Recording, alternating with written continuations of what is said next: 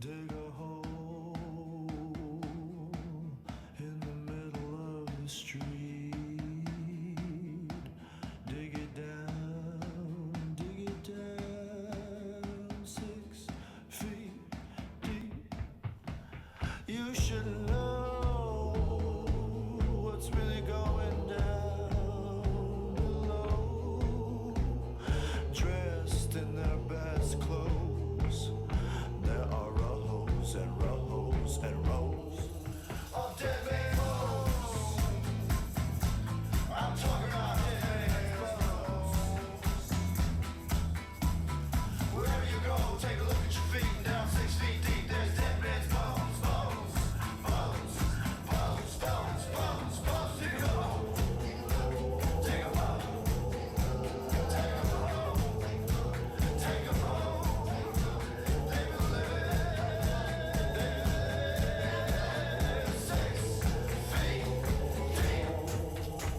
You should know.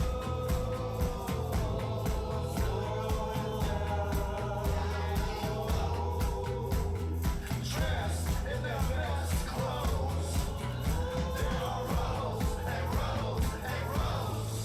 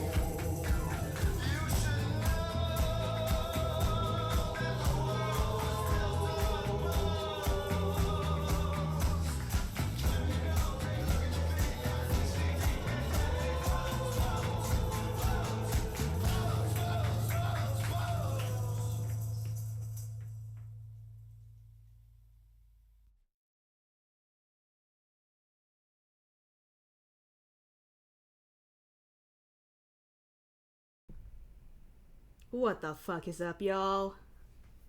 How are we doing?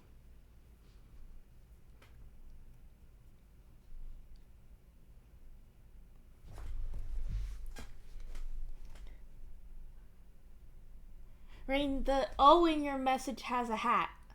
The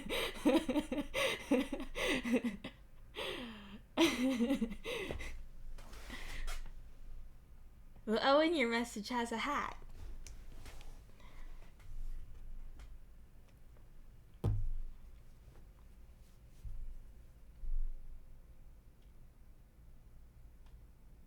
Did you write it on mobile? Because maybe you held it down and it picked one of the ones with a hat on it. I know it's not called a hat, but it's a hat.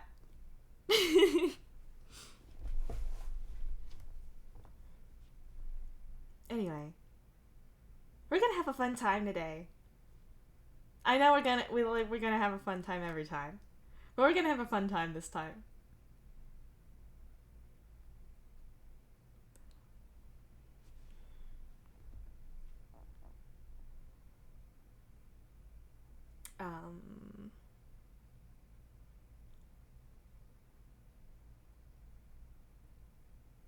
My brain gone. Sorry, I don't know where it went. I should have been keeping a better eye on it, and it must have walked away when I wasn't looking.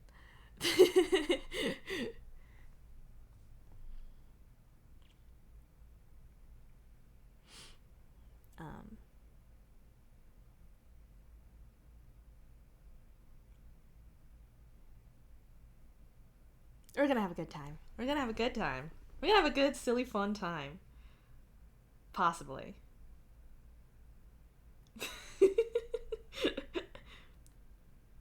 I hope you're excited. I'm excited. Are you excited?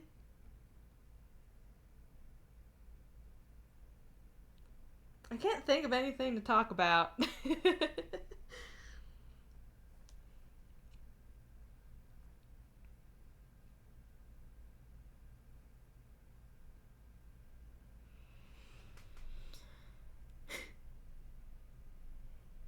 Silly fun hours. We're gonna have a silly fun time.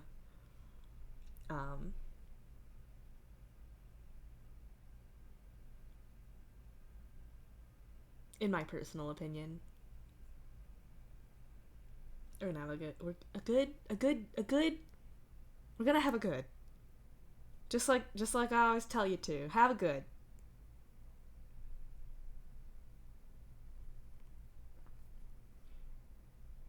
I genuinely cannot think of anything to talk about. My brain gone.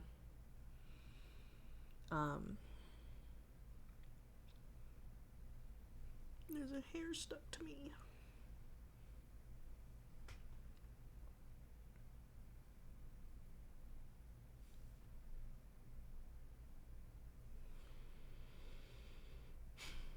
Should I just get into it? Should I just cut the bullshit and just jump in? Because I can't think of anything to say right now. Like, here's where I would put an update about my personal life. If I had one. Ain't nothing going on. That's not true. I started reading another fic. Not like live reading, just reading. And it's making me feel all of the things. But I won't elaborate further, lest this series about a different fic get confusing. But it is very good, and I am excited to read more. Other than that, straight up ain't nothing going on with me.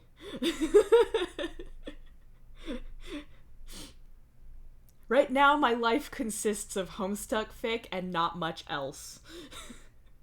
It's like that and Splatoon and, like, food. It's the only things I do.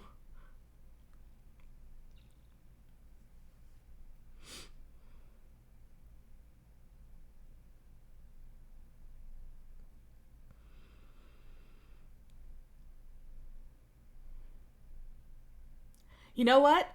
That is so fucking true. That is true.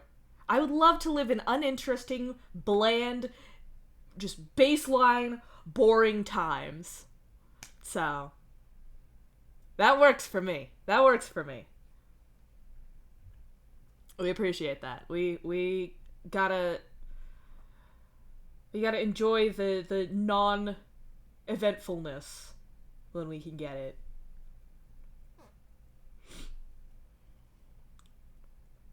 I would love to live in some dull times.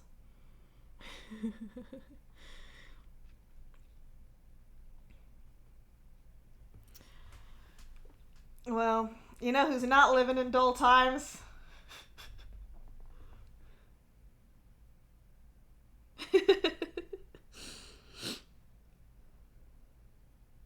Just completely precedented, expected, totally normal times. And you know who's not experiencing that right now?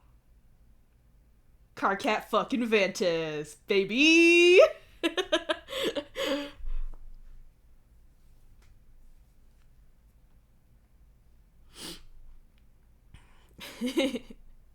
So, what do you say we take a look into these, oh my gosh, have you just been have you just been guessing now that I've told you not to look ahead?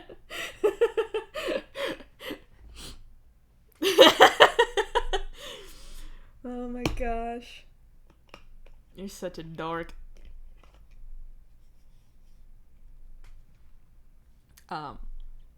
What do you say we crack into these very unprecedented, confusing, eventful times that Carcat is having. And jump right in to fucking chapter 22 of Your Words Destroyed My Planet, the stream series. Somewhere in the distance, I can hear Solix being mad that chapter 22 is not his. Nor was chapter 2. Carcat stole both of them from him.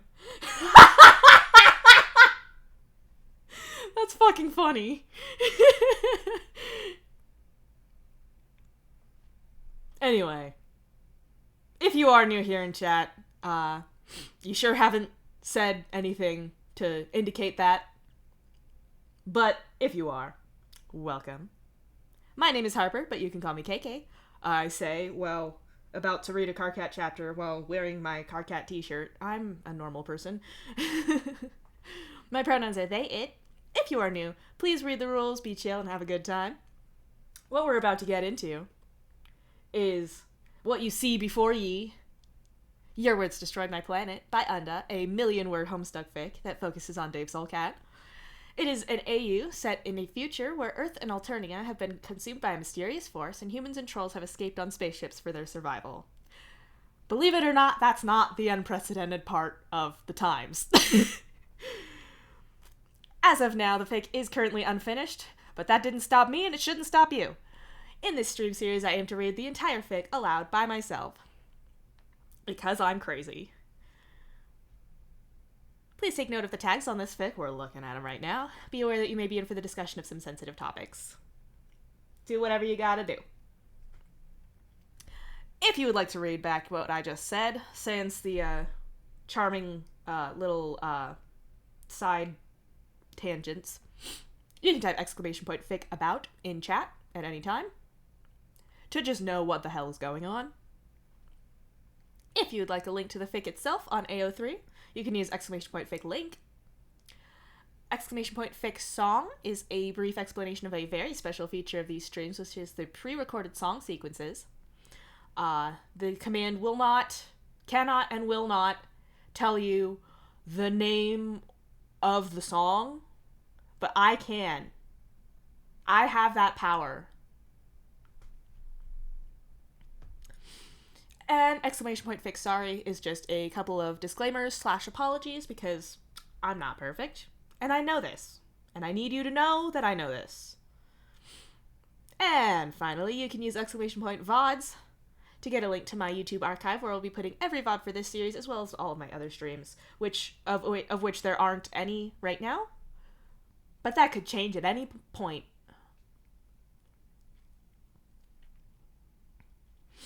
And as per usual, I do start trying upload those right after I finish streaming. I want to get them up as quick as possible. So don't worry about that.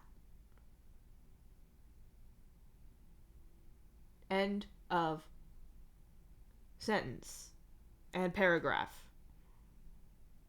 and train of thought. The train of thought has left the station,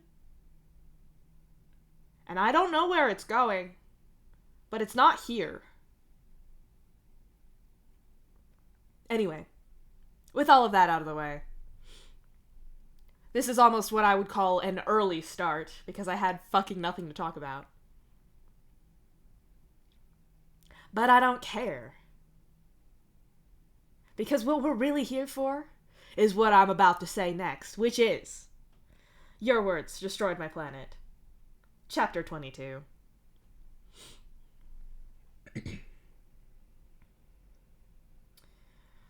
Let's start with what we know, Hal says as he paces the main room of his hive. Always a good place to start, Rose agrees. You nod, still shell-shocked from before. You'd called out of work, made a comment about not feeling quite right from stress, and said you'd use up some of your paid time off. Rose and Hal either already had the day off or likely called out as well. Given what happened with the shuttle launch, you don't think anyone would argue with them. We know that Karkat has been dreaming of his ancestor. How often has this been happening? Hal asks, turning to face you. The last couple of nights, I think. That's about what I remember, but it could be longer, you say helplessly. Hal has turned the standard TV display on its side and expanded it so it's a virtual whiteboard for him to write your answer down on. You had a dream about him that made you think you were getting information about him that you shouldn't have known. What was that? Hal asks. Okay, I'd had one dream before that where we were talking about this stuff, but this one was the second, and we were in my hive and talking about my quadrants in his, and he gave me some details that I don't remember hearing before. It sounded interesting, so I thought I'd go ask Disciple about it. You explain.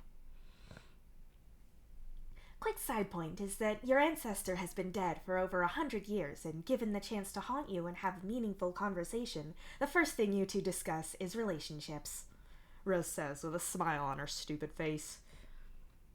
Apple doesn't fall far from the tree there, Hal snorts. Fuck you both. The point is that I went and talked to Disciple, and what she said fit in with all of that. You snap. You also mentioned about the lights, Rose says, a little more on topic now. Right, they've been playing up for a while, weeks now I think, but I've had the lights outside my hive flicker, I've had the ones in my office blow, the ones outside the pizza place exploded, and then we saw what happened in your hive. You list off. I checked with maintenance and they told me they've had loads of calls about this. Whatever's going on, it isn't localized to Karkat, Hal says as he writes down information about the lights. It's also a pretty classic horror movie trope with ghosts, flickering lights, and problems like that, Rose adds, and you're not sure if she's counting that as evidence or if she's disappointed that ghosts are being cliché. We also have proof that Karkat was able to get the code that I generated. Tell me about that in detail, Hal instructs you.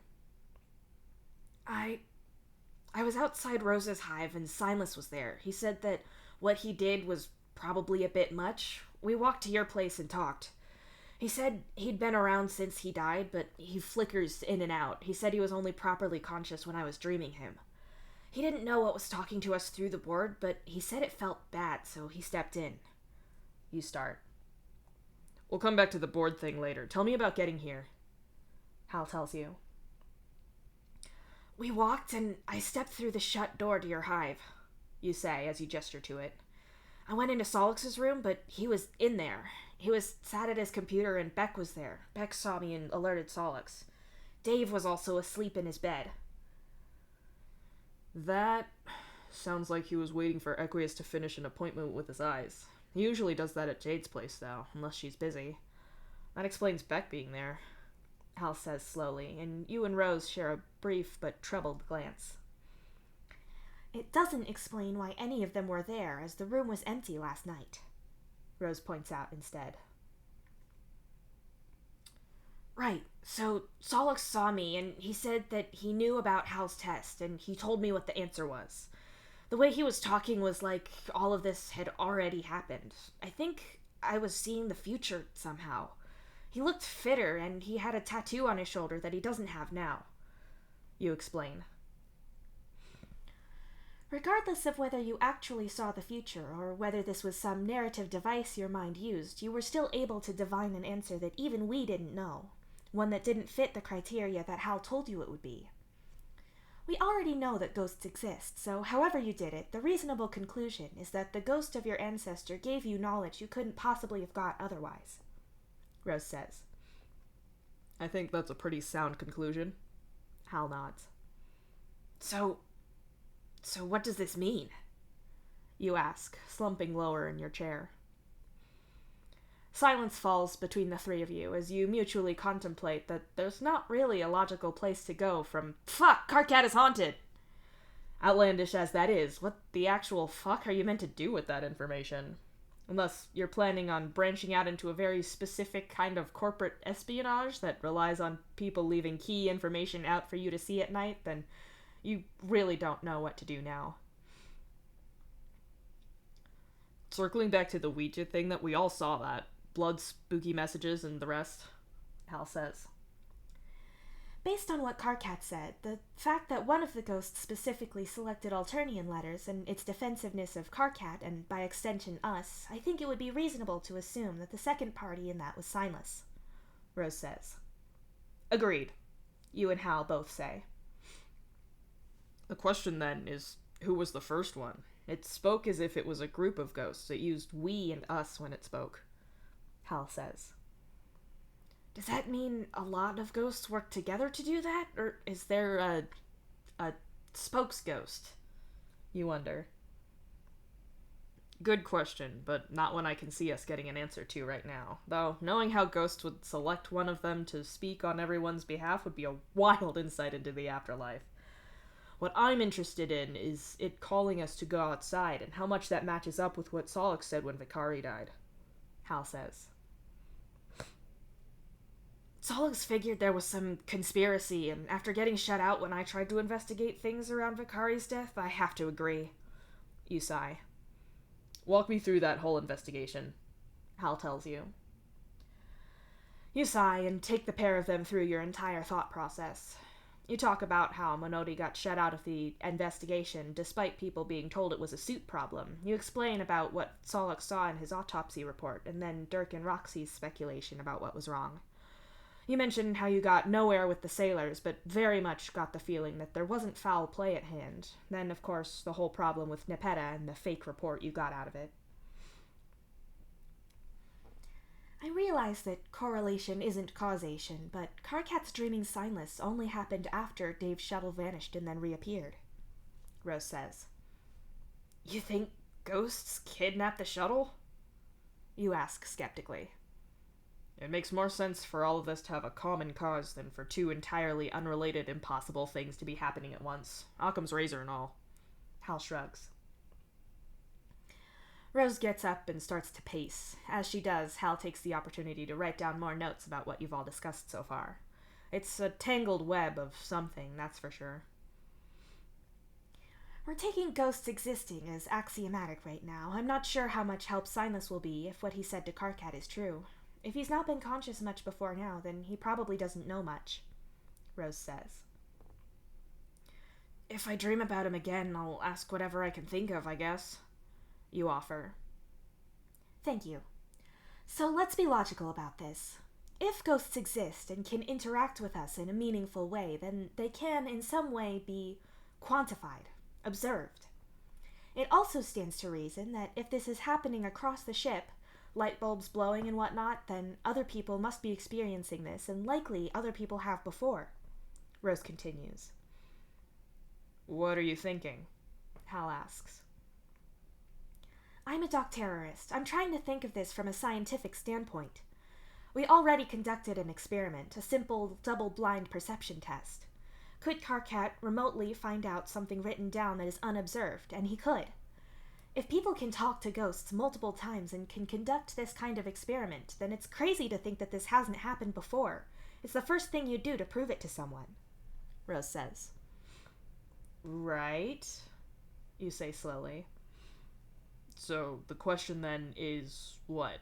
Why doesn't this happen more? Hal asks. Exactly. Either this has happened a lot before and it's kept hidden, which would fit with everything you told me about Vicari, Rose starts. Which, and I can't stress this enough, we still don't know how he died. We know he went out there and he shouldn't have been able to take his helmet off, but he did, and all of the excuses we've got to explain things are lies. You cut in.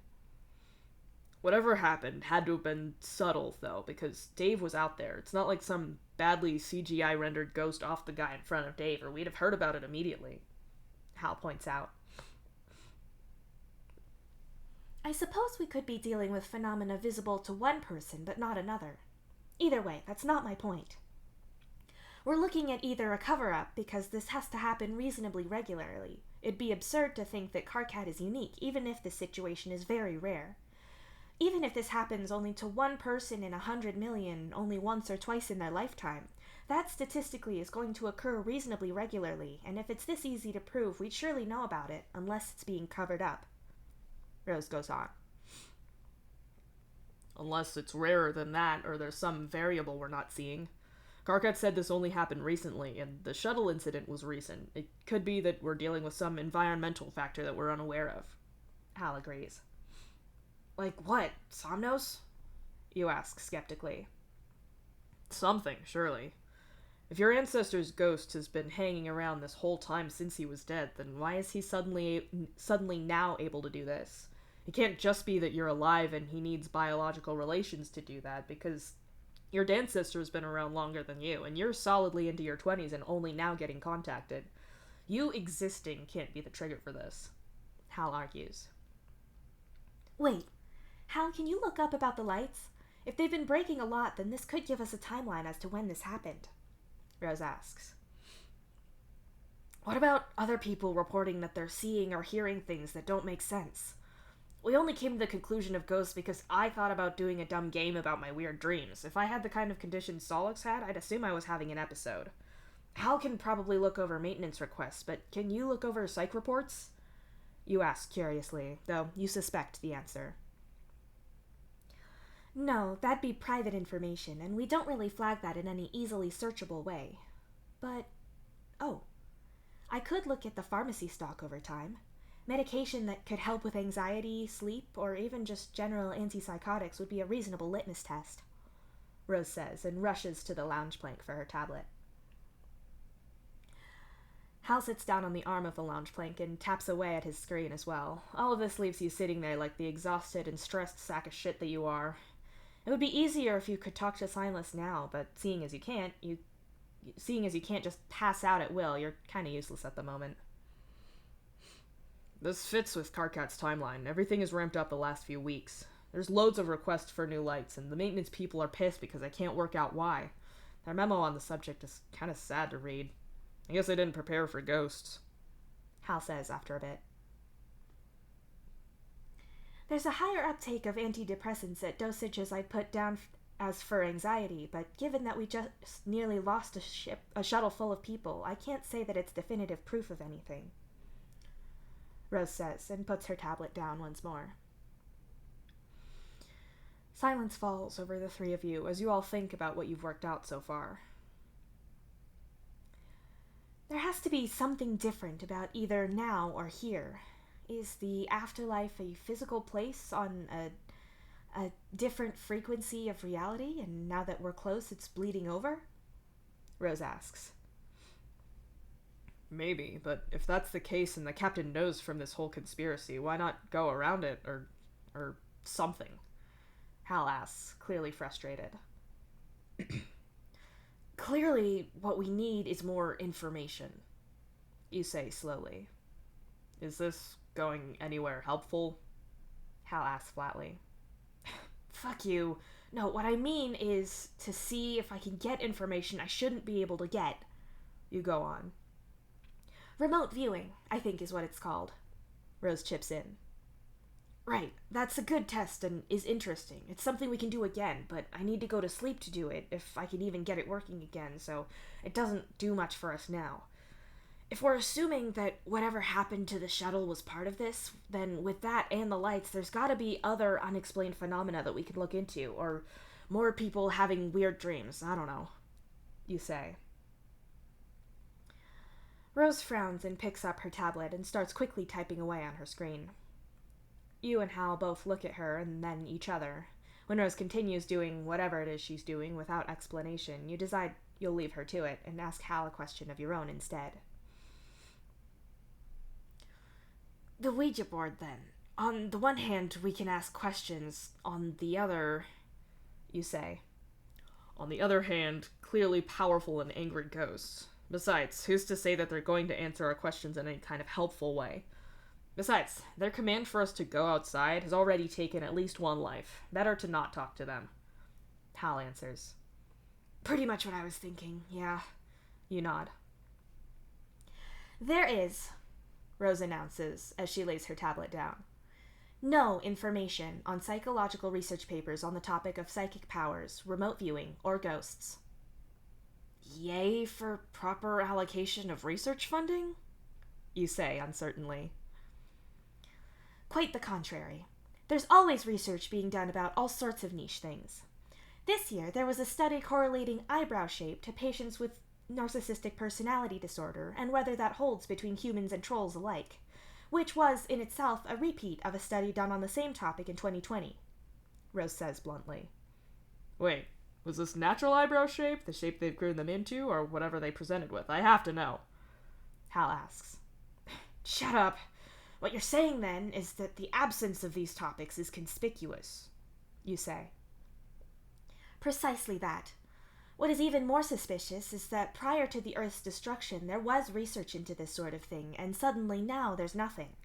So it's not as if there isn't precedent, and its absence is highly suspect. Rose nods.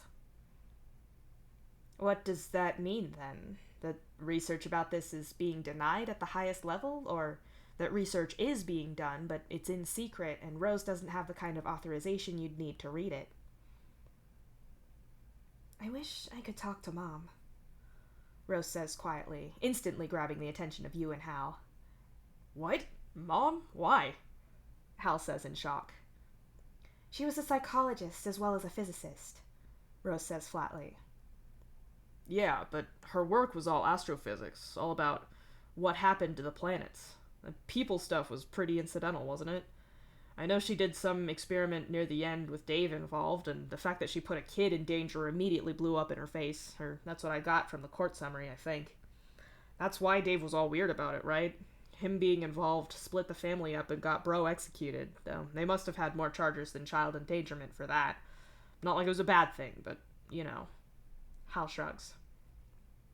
Wait, do you not know all of the details about that?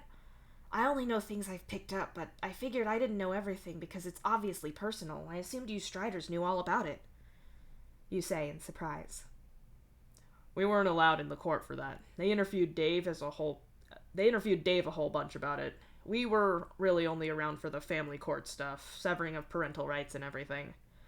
Hal explains casually. That can't have given you a lot of closure, only being told the very basics, and surely that's setting Dave up to feel responsible for his family falling apart, no matter how bad it was, you protest. Me and Dave felt the same. Not a lot of closure about it. Rose nods. Yeah, and you snuck into Bro's execution. I got in so much trouble for that. I was meant to be watching you two, and I got distracted for 10 minutes, and you were both off to Lifetime Trauma Central, Hal says, pointing a finger at her. And I'll apologize for that when I'm sorry. Either way, Mom's work was more psychology-based than you've given it credit for. She would actually be helpful on this topic, Rose says. How do you know? Hal asks with a frown. Dave told me an awful lot about it. He almost never talks about what happened, but he has sometimes, so I know more than you'd think about it all. Not that I'm going to repeat it here. I was sworn to secrecy, pinky promise and all, Rose says solemnly. Wait, sorry, your mom would be helpful about ghosts? You ask with a frown. Well, not that exactly. She was in part studying how... It's like how we all have this cultural, psychological scar about what happened to our planets. So it's how that very charged concept affects people exposed to looking out at space and seeing if certain reactions and conditions correlate with physics things. So I imagine reporting seeing the dead, or people who died in space or were buried back on our planets and so on, would be a part of that. If nothing else, she has the astrophysics qualifications to distinguish something scientifically valid from complete nonsense, Rose explains. Whatever happened to the shuttle would have been entirely in her wheelhouse. Me, Dirk, and Roxy were talking about possibly hacking into files to get her research on it, but we weren't sure we'd know enough to understand it. Then, when Dave turned up fine on the planet, the risk-reward didn't seem worth it. Also, Dad gave us the look, so, Hal explains. Ah yes, parental disapproval. Far more weighty a motivation than massive criminal penalties, apparently. Rose picks her tablet back up and types away on it for a moment before making a drawn-out, thoughtful noise with no further explanation. After a pause, you and Hal both sarcastically repeat her own back at her at the same time, all without even meaning to synchronize it. Share with the class, Hal demands when Rose is done rolling her eyes at you both. Mom never changed her name when she married, so finding her work is easy enough.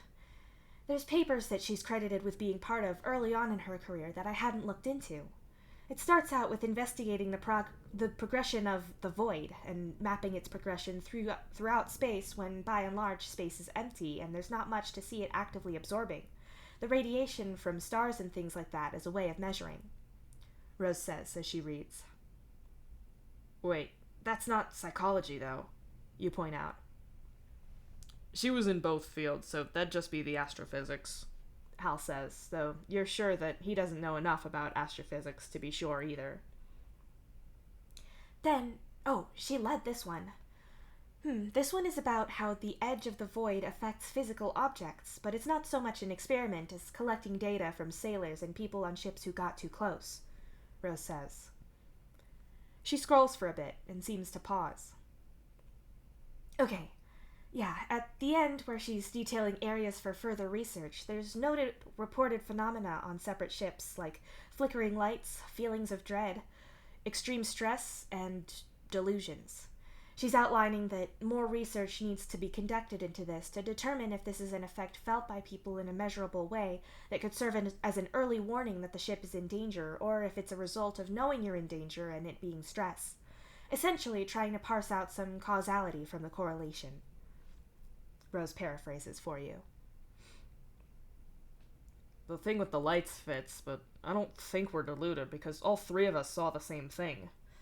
Then again, I can see her not wanting to put supernatural stuff on there, Hal says thoughtfully. Rose frowns and taps at her screen repeatedly and then hands it to Hal. Look at that for me.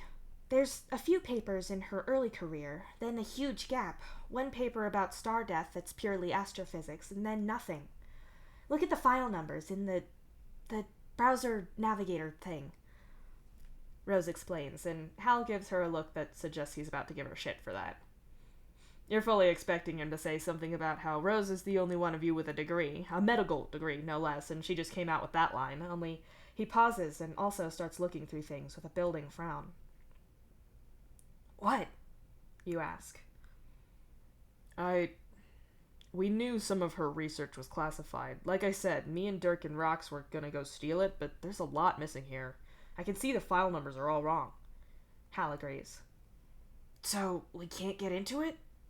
You ask. I can, but I'm not committing a felony without at least a really good reason. At this point, we've no real idea how ghosts are happening, what happened with the shuttle, or how you're haunted and talking to your dead ancestor, Hal says flatly, and hands the tablet back to Rose. I agree. We should pursue other avenues of inquiry first. I'm also not really sure what we should do about telling people. Kanaya agreed to stay here, and at the very least, I think we need to tell her why, but as for other people, I think keeping quiet would be best for now. Rose says. You don't even know how you'd begin to tell Gamzee any of this, but you should try. He is still your Moiral after all.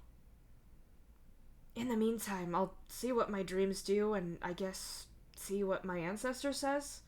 Keep an eye out for anything else especially weird, you say. I'm making a group chat, Hal announces, without looking up from his palm husk. I'm very glad we all have our priorities correct. What are you naming it? Rose asks. Calm down. You can't rush genius, Hal tuts.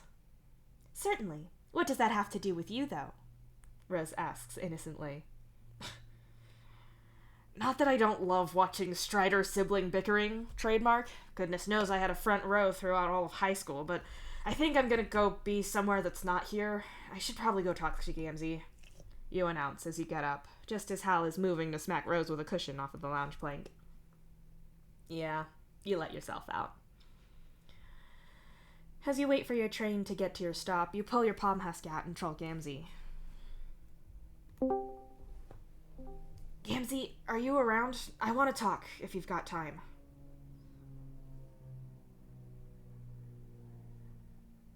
Noisy plane. Sorry. Got distracted by noisy plane. Fantastic. Look, troll me back when you get this. You make your way towards your hive with frustration and irritability. You wish you had any clue about what to do now, but you don't. See, I knew they were audible.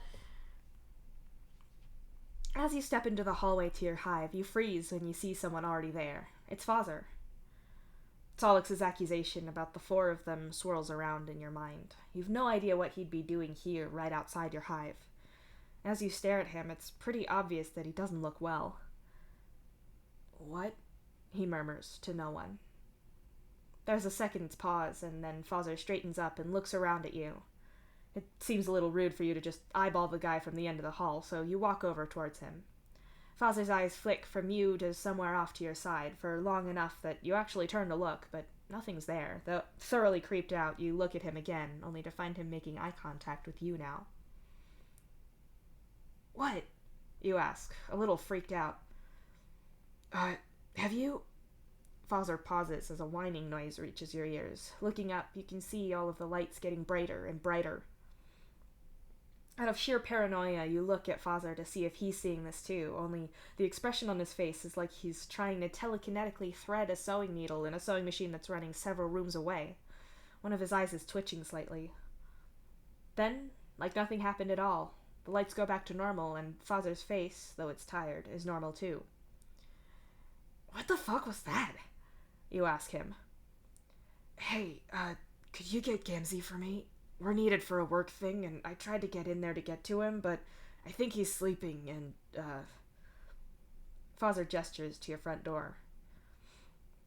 If Gamzee's asleep, that explains why he's not answering you, and why he's not answering the door for Father. You go to open it yourself, but as your hand goes to the keypad, you feel the prickling of dread over your skin. Ah, voodoos, you conclude. That explains why Father's not ringing the bell or banging on the door. You're reasonably resistant to voodoos by now. At the very least, you can realize that it's not your actual fear that you're feeling, which makes it easier to ignore. Other people aren't as experienced, and if Father's been trying to bang on the door, it may have taken a lot out of him mentally to have contact with that. That's probably why he looks so weird. But then again, there was that thing with the lights, and it's like he was staring at nothing. You pull your hand back from the door and turn to Father. What just happened then, with the lights and with you? You ask Father, turning away from the door to look at him properly.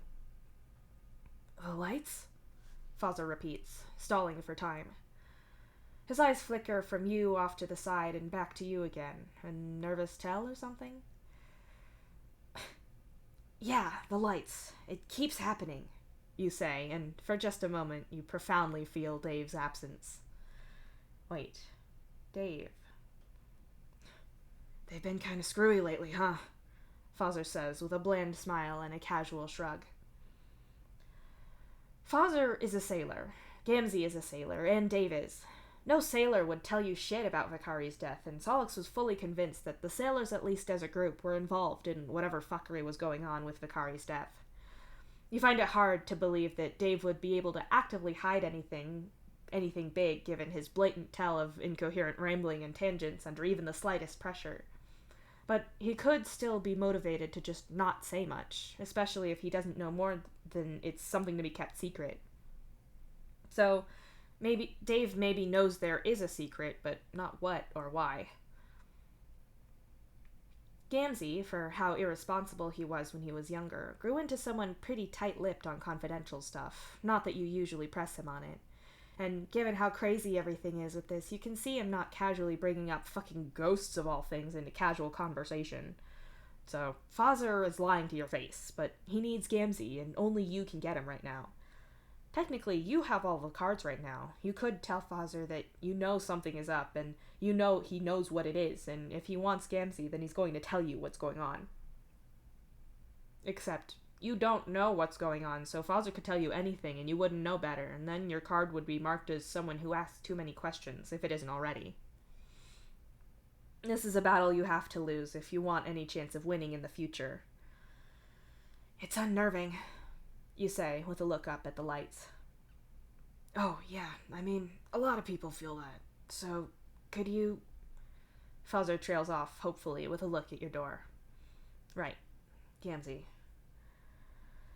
When you open your door and step inside, you're smacked in the face with chuckle voodoos. It's a particularly bad bout that has your skin shivering and breaking out in goosebumps. Your breath comes quick and fast, and although you can see that Gamzee is asleep on your lounge plank, you still end up glancing around the room as if someone was going to leap out and murder you.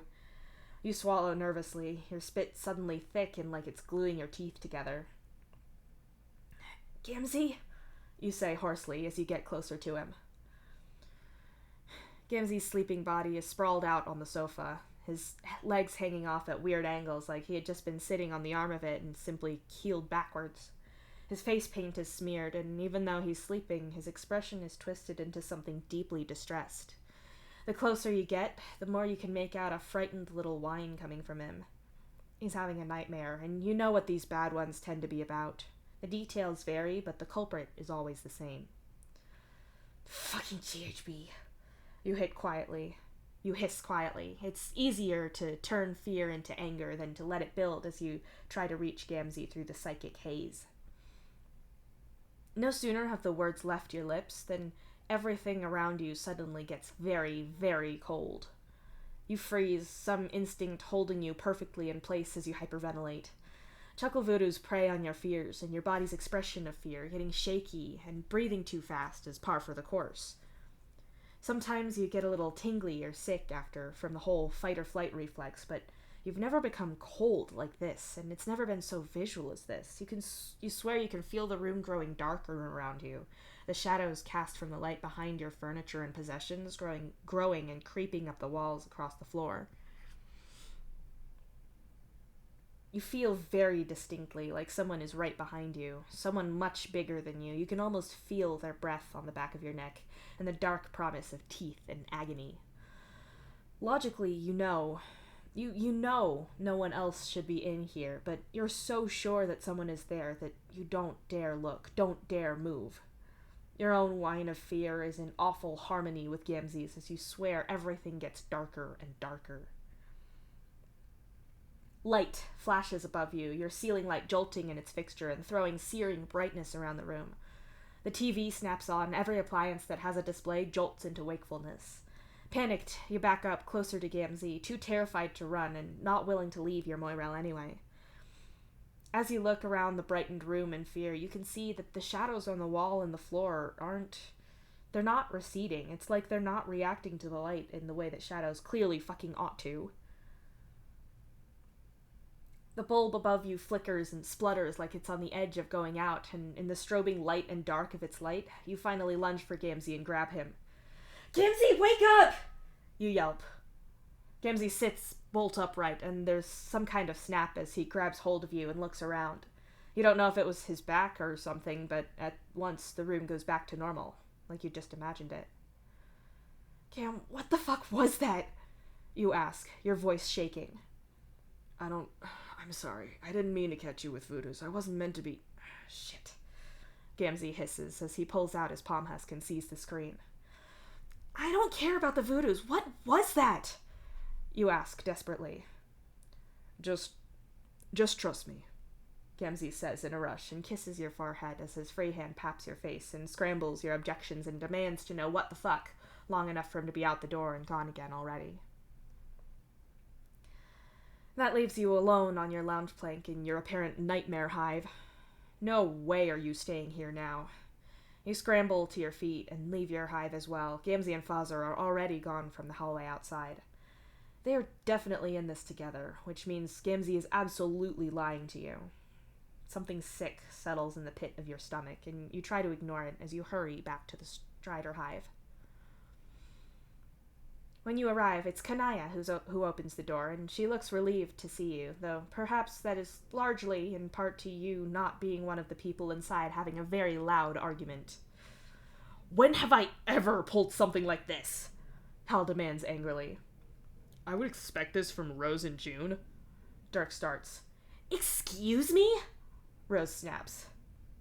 Okay, enough pointing fingers, but come on, not only can you not expect us to believe this, you can't expect us to believe that you two would ever believe this, Roxy says with a sigh. Karkat saw everything, Hal insists, pointing at you. Oh dear, Kanaya mumbles. The remaining Striders all look at you, and Dirk rolls his eyes. Sure, and June probably... Dirk starts. This has nothing to do with June or Jane, Hal shouts. Yeah, because they know when a joke isn't funny, unlike you who always takes things too far. Dirk shoots back. Stop it! You two always put me in the middle, Roxy shouts. You always take his side, Hal accuses her. Very funny, she's always telling me that you're right, Dirk says back meanly. Look, we tested this and Karkat passed our test. All three of us saw what we saw. Hal showed you the number of calls out for broken lights, Rose says, her voice tight.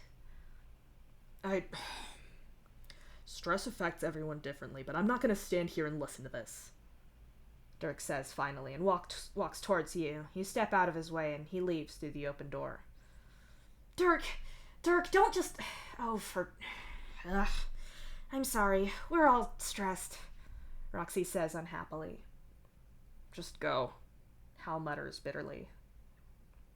Roxy looks torn, but hurries after Dirk anyway. The door shuts behind her, leaving you and Kanaya standing uneasily just inside their hive. Hal, Rose says quietly, her tone sympathetic. I'm not... Why are you back here? Hal asks you, his whole body tense. Ah, shit! No!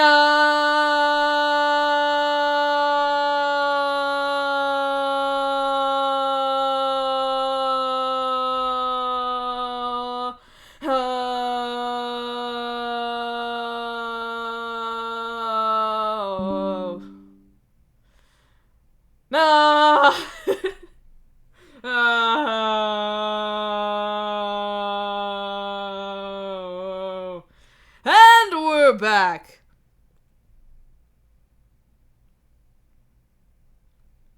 Yeah, it did the thing again. Fuck.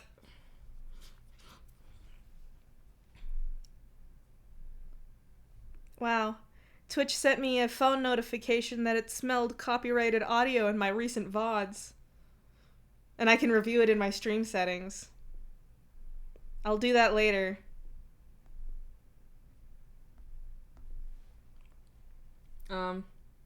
Okay. We're back? We're good? Yes? Yeah? Yeah? Yes?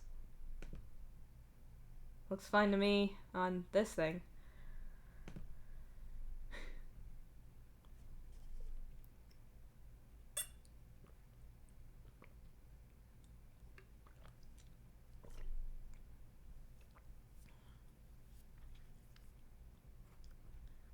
Okay, good.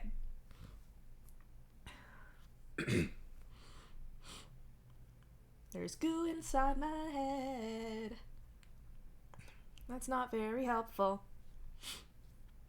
Okay. And we're back.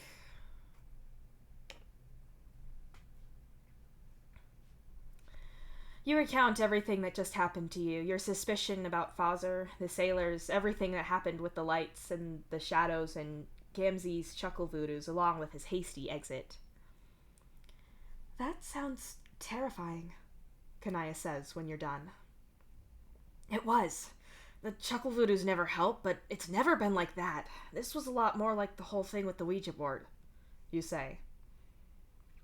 As you were talking, a little tension bled out of Rose and Hal. Neither of them look happy right now, but it at least doesn't seem as on edge as it all did during that whole argument. All the same, Hal is sat on a lounge plank with his knees pulled up to his chest and a pretty sour expression on his face as Rose stands restlessly, shifting from foot to foot.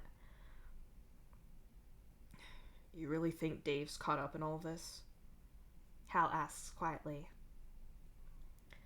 I can buy that to an extent. If there's some phenomena that we'd attribute to a stereotypical haunting, I can see there being a kind of ban on talking about that kind of thing. I'd be surprised if he believed in it, though, but maybe other sailors know more than he does, Rose says. And sailors tend to be superstitious anyway. I can see him keeping quiet about something that he thinks is just superstition rather than genuinely supernatural, Kanaya adds. Yeah, okay, but what happened in your hive is way beyond that, and the shadow thing, that's new, right? Hal asks. Did it happen with your seance? Kanaya asks. Wait, quick side question. What's your view on all of this? You ask Kanaya, turning to look at her. Kanaya seems to consider her answer for a moment before speaking. It's not something I'd ever seen for myself. I knew that Aradia and Solix had their abilities, but I viewed the supernatural plane as separate to our own, without any ability to influence us. I thought that seeing ghosts or hearing them was just a way of connecting to something else. In this reality, I thought all instances of spirits and seances were either hoaxes or just unusual psychology. But all that being said, Rose told me what happened, and she's never deceived me before, so I believe her. Even more so with you and Hal confirming everything. Certainly, I would believe it more if I saw it with my own eyes, but I can see no reason for the three of you to make up this kind of lie, and I lose nothing by believing you. Kanaya explains. Wish everyone felt that way, Hal mutters bitterly. Right, well, thanks, but no, I don't think I noticed shadows being weird before. That seems new to me, you say, returning your focus to the Striders. If you were wanting to stay here, then Solix's room is still available. It's not as if he's using it right now, and I'm sure if anyone had to be all over his things, he'd prefer you rather than me and Kanaya, Rose says, and you have to agree with that. Who knows how Dave will feel about Rose and Kanaya sleeping in his bed, but that's firmly not your problem. You don't go back to your hive after that, and you don't hear anything from Gamzee either. When it comes time to sleep, you're uneasy, to say the very least. After much tossing and turning, you end up just sprawled out on your back, hazily staring at the dark ceiling. A feeling of otherness creeps over you, very slowly, so at first you don't notice it. When you do feel it, however, you try to move and are instantly terrified to find that you can't move a muscle. All you can do is stare up at the ceiling in a panic. Oh, you're kind of halfway, a strange voice says, and if you could, you'd jump at the face that comes into view above you. It's white. Not, the person isn't Caucasian or anything, but actually like hex code that's all F's kind of white. The face is perfectly round as well, with black little eyes and a small mouth. It reaches out a hand that's stick-thin, almost like a child's drawing, and then, without any warning, just smacks you in the face. You're suddenly able to move, and you scramble upright, only to gawk at your body on the bed. You're sleeping with your mouth slightly open and snoring a little with each breath. The strange creature is kneeling on your bed and looks up from your body and up to you. Hey, Sorry, I know the whole sleep paralysis thing sucks. I think I got here a little too early. You weren't properly dreaming yet, it says, and laughs a little awkwardly, the gesture showing regular human-type teeth. What the fuck? You ask, and the creature laughs in a way that's somehow pinging you as non-threatening despite the very alien features. Technically this the fuck, but anyway, hi Carcat, I'm... The alien starts offering you... Wait. Information about this person just got into your head, and you didn't hear any words after I'm. They're reader, but they didn't say that. It's like the knowledge just got lazily copy-pasted into your think sponge. How did you just do that? You ask. Well, you don't want to say it. You know reader isn't someone who goes by it. They're they, and you're not going to be a dick about that just because they're a weird space alien that just got into your head in more ways than one. Ooh, good catch. We're sort of semi-psychic as a species, but because I'm not physical yet, it just kind of doesn't happen reliably, so sometimes I just forget about it. Besides, I talk to like 3 people with words, so... Reader shrugs. You shake your head and slide down the wall a little. I swear this just started in the middle, but I'd like to start at the beginning if that's okay with you. Got it. Reader nods, finger guns, and winks at you. Okay, so aside from some kind of dork, what exactly are you? You ask them. I'm a Carapatian, and I object to the dork thing. Reader huffs. Object all you like, I'm right. So, you're another species, basically? Not a ghost? You ask them as you relax more. You're pretty sure they're not trying to hurt you. See, that really depends on how you define a ghost, because yes, I'm a person, and yes, I died, but at the point in time you're at, I've not been born yet. From your point of view, I'm a spirit in the, loading screen before a game, but from my point of view, this is the prequel that's released after the initial game. Questionably dead, definitely a ghost of some kind. Time is weird. Reader shrugs. I somehow know more and less at once. You say, helplessly. Let's just say that I'm a ghost, then. It's technically true, and it's what a lot of other people call me, so yeah, ghost. They say. Okay. Why are you here? You ask. Well... Reader hesitates and scratches at the back of their round head. To put things simply, I can't be around at the same time as I'm alive, right? Or at least not for more than a blip, anyway. So, essentially, I can't exist like this when I'm born. The problem is that when you're dead or pre-alive, your memory can get a little hazy around some things, so I was never really sure exactly how much time I had left, right? Yeah, okay, there's a kind of sense to that. You say slowly. There you go, I always thought you were smart. Anyway, so the deal is that your garden variety ghost just hangs out being spooky about something until they run out of fuel, which for some of them is a long time, especially if you died in a really shitty way. Not to mention some kinds of people are really attached to the living or what's happening with their partners, kids, descendants, you name it. Reader explains. Like Signless? You ask, and Reader snaps their fingers at you and nods.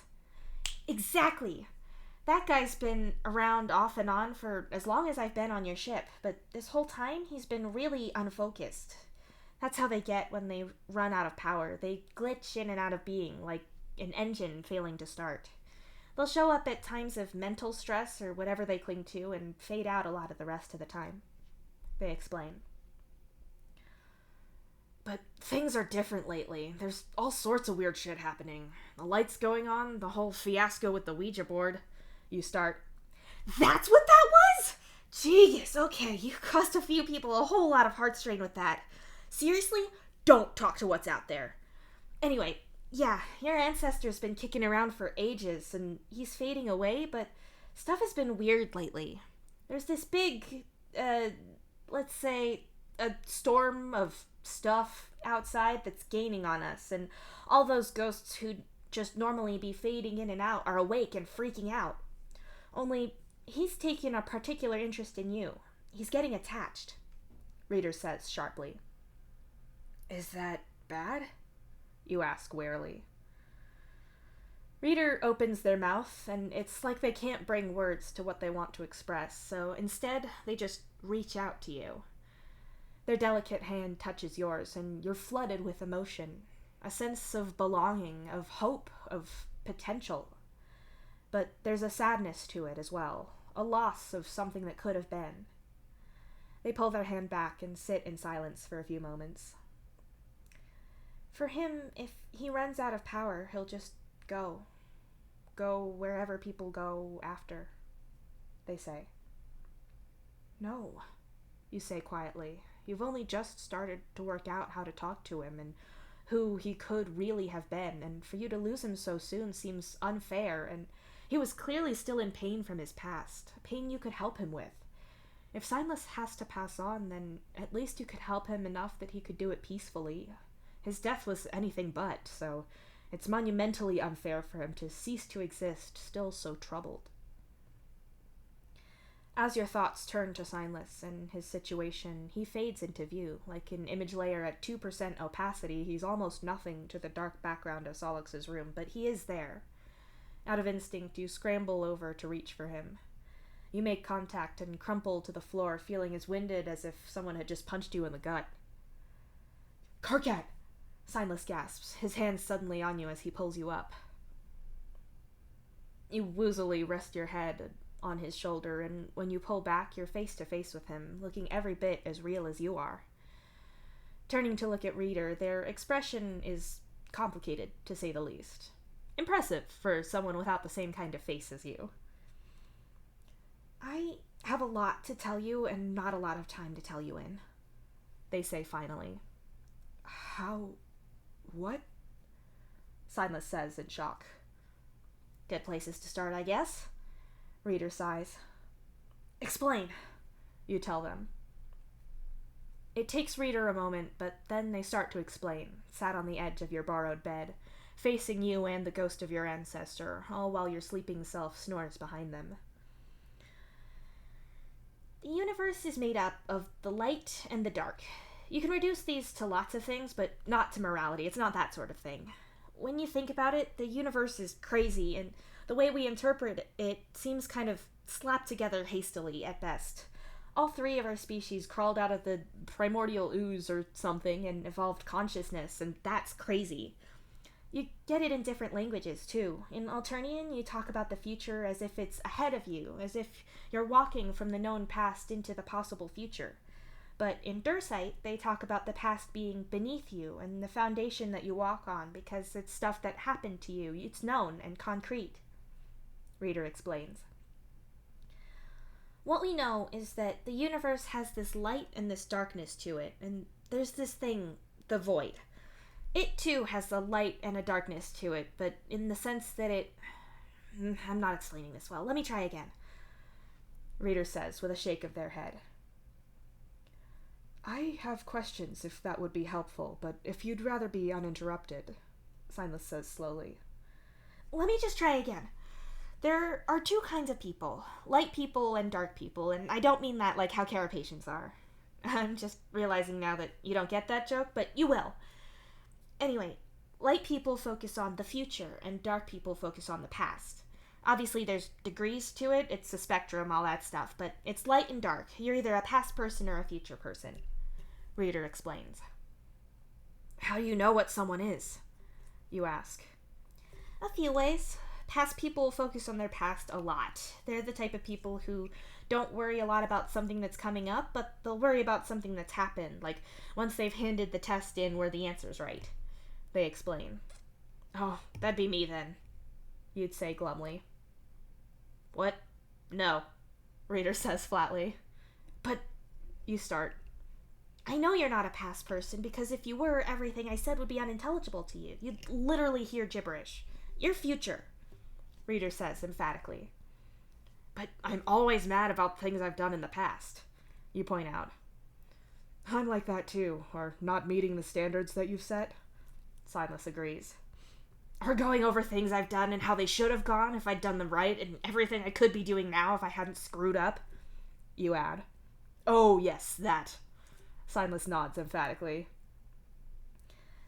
getting the feeling I shouldn't have phrased this as a worry. It looks like you two worry a lot. Look, a past person will look at an event that happened and think about how they've always done this thing, or wonder what people thought about them then, or try to pinpoint the moment it went wrong. They trace things back in time. Future people have this idea about who they want to be in the future, or how they want things to be, and they tend to plan ahead. Even if they don't know all of the details, they know the destination. If they think about something that's happened and wish it was different, it's because it altered their future path, that it closed off an avenue for their future self or their future destination. They're that much further from their goal or their ideal self. Reader tells you both. Signless looks as uncomfortably called out as you feel. Fuck future me. He's always supposed to be better, and then I get there and it's just this asshole all over again. You say bitterly as you gesture to yourself. You really should be kinder to yourself. Signless reminds you, his expression sad. I will be, when I deserve it, you snap. Forget having issues, you've got volumes, Reader snorts. What about me? There's certainly traits that I share with Karkat and things that were true when I was alive, but ever since I died, all I can do is watch the present and agonize about the past. I go over everything that I did and try to pick out where I could have changed things so I didn't end up like this. Signless says, helplessly. With ghosts it can be a little harder to tell, but the fact that you're Karkats means that you're future as well. The pairs always match. But, like you said, you tend to think about the past if you're someone who's already died, as opposed to me, who's just not born yet. But, again, light-oriented ghosts tend to do things like stick around to watch their loved ones or their descendants so they can be sure that their future is going to be okay. It's being invested in the progression of something, rather than holding on to a past certainty. Which brings me to the topic of other ghosts. Reader says, grimly. The Grand High Blood. Signless says, darkly. Wait, Gamzee's ancestor? You squawk. Aside from the fact that that monster was partly responsible for the manhunt that led to my death, he was also looming over you like he wanted to rip you apart with his teeth. I had to do something. Signless insists. All that light was you, you say in quiet realization. And you nearly burned yourself out doing it. GHB is a tethered ghost, same as you are now. He draws his power from the living person he's attached to, but before you were attached to Karkat, you would have just burned clean out. Regular ghosts just cannot square up against tethered ones, especially as the two dark ones on our ship have a nasty habit of destroying ghosts that they find for fun. Reader says with a shudder. What do you mean by attached, exactly? You ask, looking at you in Signless. There's nothing actually connecting you. Right, so there's a lot of controversy about this. What we know for sure is that sometimes ghosts become attached to people, and they become a connection between the living and the balance of light and dark out in the whole universe, not to mention with other ghosts too. It's a semi-symbiotic thing. We're incentivized to keep the people we're attached to alive because their life force keeps us existing and gives us the power we have. As for them, they're able to do incredible things that they couldn't before, and in theory, they have a bodyguard against the void. As for how it happens, that's the controversial part. Reader explains. So I'm keeping Signless, well, not alive, but here? You ask in horror. Nope. Skipping ahead in the lines because I can't read. Does it hurt? I never wanted to hurt you, Signless asks in horror. No, I feel fine. I didn't want you to go when you were so hurt. I wanted to help you, you insist. Karkat, Signless whispers, looking genuinely touched. See, this is more what I'm talking about, Reader says as they gesture to you both. There was a mutual need there. You were already connected from being related, which tends to pull people together, and you willingly took him in, even if you didn't know what you were doing. With others, there's a time loop kind of thing. They're your ghost for a while, and when you're dead, you'll be theirs. It's predestined, but that's not always the case. With a lot of people, there's a traumatic thing that sparks it. Seeing someone die in a horrific enough way that their ghost comes back strong, they don't want to die, and either you want to help or the mental wound of seeing that gives them an in. It's also easier to deliberately traumatize and kill people to make it more likely that you get a haunted pair like that, so it's been studied more, Reader says with a wince. So GHB is haunting Gamzee? That bastard! Like, what he did to him when he was alive wasn't bad enough. That's not fair! You yell, stamping your foot on the floor in fury. On the bed, your sleeping body's leg twitches, and you murmur in your sleep, rolling over with a frown on your face. Be very careful about that. I don't have long to talk to you, I don't think, and if you wake up, we're all fucked. Reader hisses. Is he aware of GHB, like Karkat is of me now? Signless asks. More than aware. He sees him when he's awake, too, same as Karkat will with you when he wakes up. He's a balancer now, and that's what I need to talk to you about, Raider says. He never said anything. How could he not tell me this? You whisper. That's a problem for later, but listen to me. You're a balancer. I told you about this balance of past and future in the universe. Well, they counteract each other. When things get too unsettled, one side or the other, everything gets really bad. For one, it calls the void itself to you faster, which puts you in real danger of just being obliterated like our planets were. For another, it supercharges all sorts of supernatural shit. People start losing it, all bad things. The job of a balancer is to keep the ship as close to neutral as possible. Regular people don't tend to affect it much until things get off kilter, and then it can get out of control.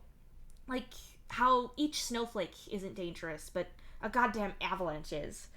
Right now we're in a total shitstorm of light-based future shit, and it's already taken out other ships and completely screwed with the launch of the shuttles. We're in real trouble, they say emphatically. That certainly explains what's suddenly gone awry, that all this shit on the ship has been happening. Fazzer is my balancer. I'm tied to him.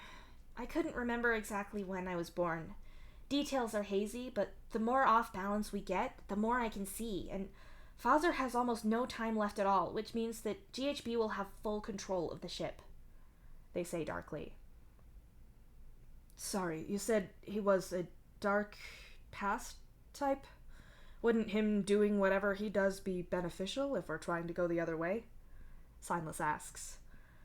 Reader rubs their temples, you suppose, and sighs. If GHB was being helpful, then yes. Balancers are easily able to call on their own element. Me and Fazzer can make things lighter without any problems. We have a limited ability to destroy or bury our own element, but not nearly enough. Gamzee has been making GHB pull dark, but his ability to control him isn't great. Say what you will about the other guy, he at least has a greater sense of self-preservation. The thing is, GHB knows that he survives long into me being alive because when I first woke up back here in the past, I recognized him. So, as far as he's concerned, he's happy to let the ship fall into chaos and insanity because it's interesting and fun for him and no one else is here to stop him. Fazzer doesn't have much time left, which means I won't be here much longer either. You need to keep pushing the light back as much as you can and make goddamn sure that GHB and Gamzee don't know it's you. You don't know enough about how to protect yourself yet, and even if GHB can't kill you, he can still shove you out of action for a while, and that's not a risk we need right now. That man is a fucking psychopath, Reader says urgently. I definitely believe you there, but I don't know how to do any of that. Why is it just you and him? That seems hugely dangerous, Signless asks. No, they said about other people. They're on the mission, right? The sailors seem to be all over this conspiracy. That's what took the Kari out, isn't it? The light? That's what the board said, you ask. Yeah, exactly. When it gets strong enough, it can pick out vulnerable people like that, warp reality to steal their souls or their whole living bodies. Also, yeah, we do have two other balancers, another light and another dark, but they're too far away to help, so it's just us, so you've got to hang on until they get back, Reader says desperately. Your person, your balancer is Fazzer, you say slowly. Yes, but they start. The four of them, You saw them together and couldn't work out why. Fozer's been around Gamzee for no reason that you could work out, which means... Aradia and Dave, they're the other two. They're away on the mission. You whisper. How? I mean, yes, but how did you know? Actually, never mind. It doesn't matter how. They can't help you now. You need to listen to me. You'll be able to see ghosts now, but GHB especially. You cannot react to anything he does unless it's something obviously physical, like breaking a light bulb. Just try to avoid him. The sailors and the people who know about this have tattoos that glow. There's only one guy who doesn't. He had a bad reaction when Dave inked him, and it just scarred up. Reader starts. The barman, the one who got weird about my questions about Vicari. What was his name? Gamor. His hands were scarred. You whisper. Yeah, but everyone knows about him. But if you see anyone else with a tattoo that glows, feign ignorance, because they will tell Gamzee if they think you're becoming aware of this, which means GHB will know. I'm sure he'll go looking for someone trying to change the balance, so you need to be careful if you want to limit the damage done. Reader tells you. Alright, so how do we do this? Can you teach us? You keep saying that you don't have much time, but I don't get why. Silas asks. Because I've just remembered my birthday. It's tomorrow, Reader whispers. They can't be here and alive at the same time. They're going to disappear. But couldn't Fozer show us in secret? You ask desperately.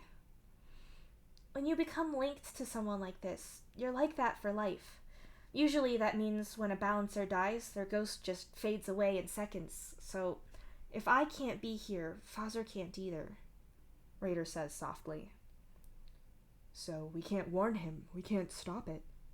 Silas breathes, his voice muffled slightly by the way his hands are held over his mouth in horror. Don't tell him. We had a deal that if I knew, I wouldn't tell him. He's my friend, and if that's the last thing I can do for him before I see him again, I'll keep that promise, Reader says. I won't tell him then, if that's what he wants and what you want. I'm not taking that choice away from you. You promise. Reader looks up at you, their dark eyes a little misty with unshed spectral tears. They smile, a little bittersweet, but it's there. Thanks, they whisper. You reach out and touch their alien shoulder and then sit down next to them on your bed. With the balancing, we find music is helpful. It helps mark time, and with the other people who know about this, they can sort of steady up the balance and make it easier to protect them. It's kind of traditional. All cultures have song as a way of keeping time, not just keeping people in time for working to a beat, but also like mythology and history. Balancers lean on that a lot. You need to push the light away rather than pull more in. It's like trying to let go of a thought. Reader sniffles. Like a feelings jam? Helping the universe work through an unhealthy obsession with the future, or reminding someone fixated on the past about all that they still have to live for, Silas says, and you can feel the idea click in your head. That's a nice way of putting it. I should... Reader falters, their face tilting upwards as their panicked dark eyes dart about the ceiling. Sleep! They hiss at you and shove you towards your sleeping self. You fall backwards, scrambling into place as in your body and just catching the last bit of Silas's foot as Reader tackles him through a wall. You close your eyes and stay still, feeling slightly dislocated from yourself in a way that you can't quite place. You don't hear anything, but you can almost hear the absence of something moving, something far too quiet. Gamzee is big. He's a big guy. He can be intimidatingly large at times, but his build is more long-limbed and wiry, even if he's got a crazy amount of strength in them. The Grand High Blood, however, is what happens to someone with that build given a long, long time to fill out. There's a myth about high bloods living longer than warm-blooded trolls, and it's mostly a myth, or rather, the disparity in life expectancy was socially driven, not biologically so. There's no reason Equius should live any longer than Aradia out of sheer biology. It gets different with fish trolls. Their metabolism is a lot slower for a start, so they tend to live longer anyway. But Gamzee's color and Feferi's both seem to have this extra stage. You're all wigglers, then infants, children. You go through your adolescent molt, and your phase into adulthood is a gradual shift over about 10 years. What some Tyrians and some purples can do, however, is something beyond that, a kind of dormant second adult molt. The last Empress was huge. Same with the Grand High Blood. Their bodies become massive, both in terms of height and sheer strength. The Empress was tall and muscular, but had thick, tough skin and the kind of body composition that keep her alive in the deepest, darkest trenches of Alternia's ocean. Her teeth came in like a shark's nightmare, and that much at least she shared with the Grand High Blood. That man was like a fucking sinister mountain. You don't think that man had a limb you could wrap your arms all the way around. He was goddamn terrifying to look at, and that was before he murdered his descendant. You're always pretty sure that the last Empress had kept him on human-run ships as a kind of sleeper agent. Only, he never did anything for the Empress at all and just did what he wanted. Capricious, you suppose. Still, he terrified you as a kid, and as you're laid out here on your bed, awake but not, you're trying to work out if he's here. He must be, right? That's why Reader ran off with Signless. But do you dare open your eyes? You strain your ears for the slightest sound, though why would a dead man breathe? You feel something move near you, though you've not got a single part of you in contact with what you can only assume is the Grand High Blood himself. You still have a sense of how close he is to you. Maybe some long-ago evolved sense. Your ancestor and your ancestor's ancestors passing on the genes that tell you that a giant angry high blood looming over you is the time to run away. Claws scrape over your chest and the slightest pressure is applied. Whatever you were a moment ago, a dream version of yourself, a projection of your soul or something, whatever it is, pops back into your sleeping body like your ear popping when you yawn. You jolt awake, your whole body lurching you upright out of reflex. Your eyes open and you see him. The Grand High Blood looming over you, one giant knee resting on your bed. His dark eyes sharpen on you, and you try to look through him. Pretend like you can't see him. You make like you're looking around this unfamiliar room and trying not to react as he leans closer with a snarl. All of your self-preservation instincts are screaming at you as you turn your back on him to reach over to grab your palm husk. You're pretending like you're checking the time, making a show of sleepily rubbing at your eyes as you do it. If anyone asked you what time it was, you couldn't say at all. Even though you're looking at it, all of your focus is on the dead man in your peripheral vision. You can't look at him. You can't let him know that you see him. Full of fear, you place your palm husk screen down on Solix's bedside table, though the glow passes through the edges of your case, and there's still a hint of light for now around the edge of it. You lay back down again, pulling your legs up close to your body like you're cold instead of terrified. You press your face into the pillow and pull the covers up to your ears like it's some wiggler logic that he can't get you if you're under your blanket. The small amount of light from your palm husk clicks off, and you force your eyes closed. The Grand High Blood moves, gets right up close to you, and snaps his teeth. He says something, but the words garble on the way into your pan, and you have no idea what it is he's saying, but right now that ignorance is probably helping you. You don't know when he leaves or how you fall back asleep, but when you jerk awake in the morning, you're alone. A desperate part of you wants this all to be a dream. I'll be back shortly. I'm going to take a little bit of a break. And then, after that, we will have more words. I don't know why I started trying to telling you about after the break. More like during the break. Because I figured that by nature of what a break is, you would already know about it.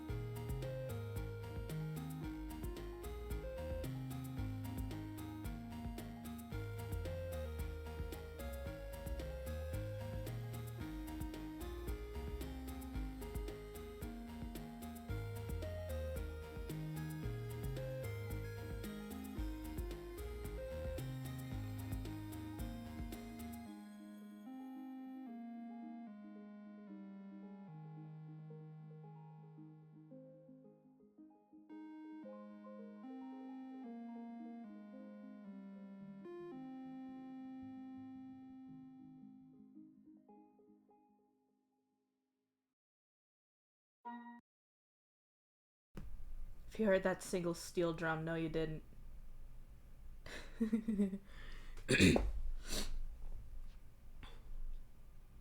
The Animal Crossing New Leaf soundtrack is near and dear to my heart, but I didn't want to sit through another full song.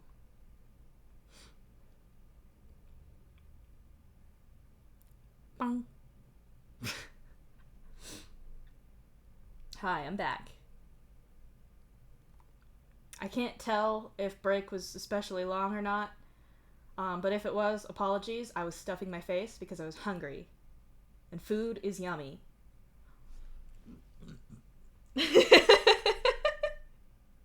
That's correct.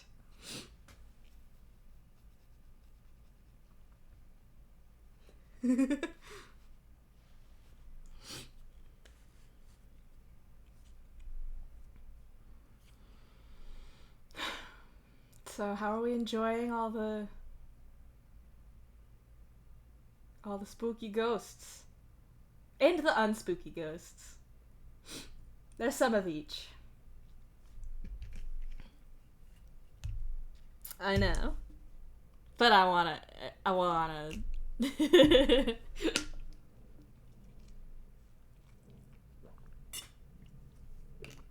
the plot chickens.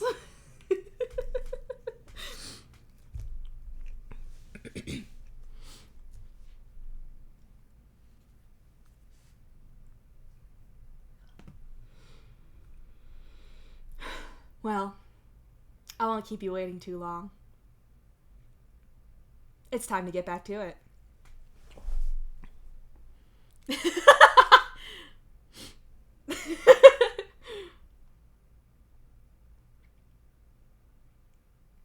Yeah, I think that one would be an instance wherein they would have to use the more direct word for it rather than the synonymous troll word.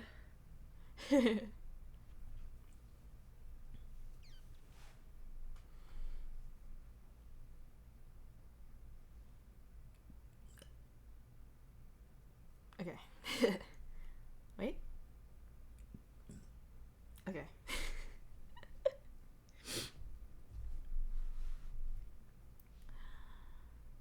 Let's. This. Now. That wasn't a sentence. That was 3 different ideas at once. Not at once. In rapid succession, though. It's time to get back to it.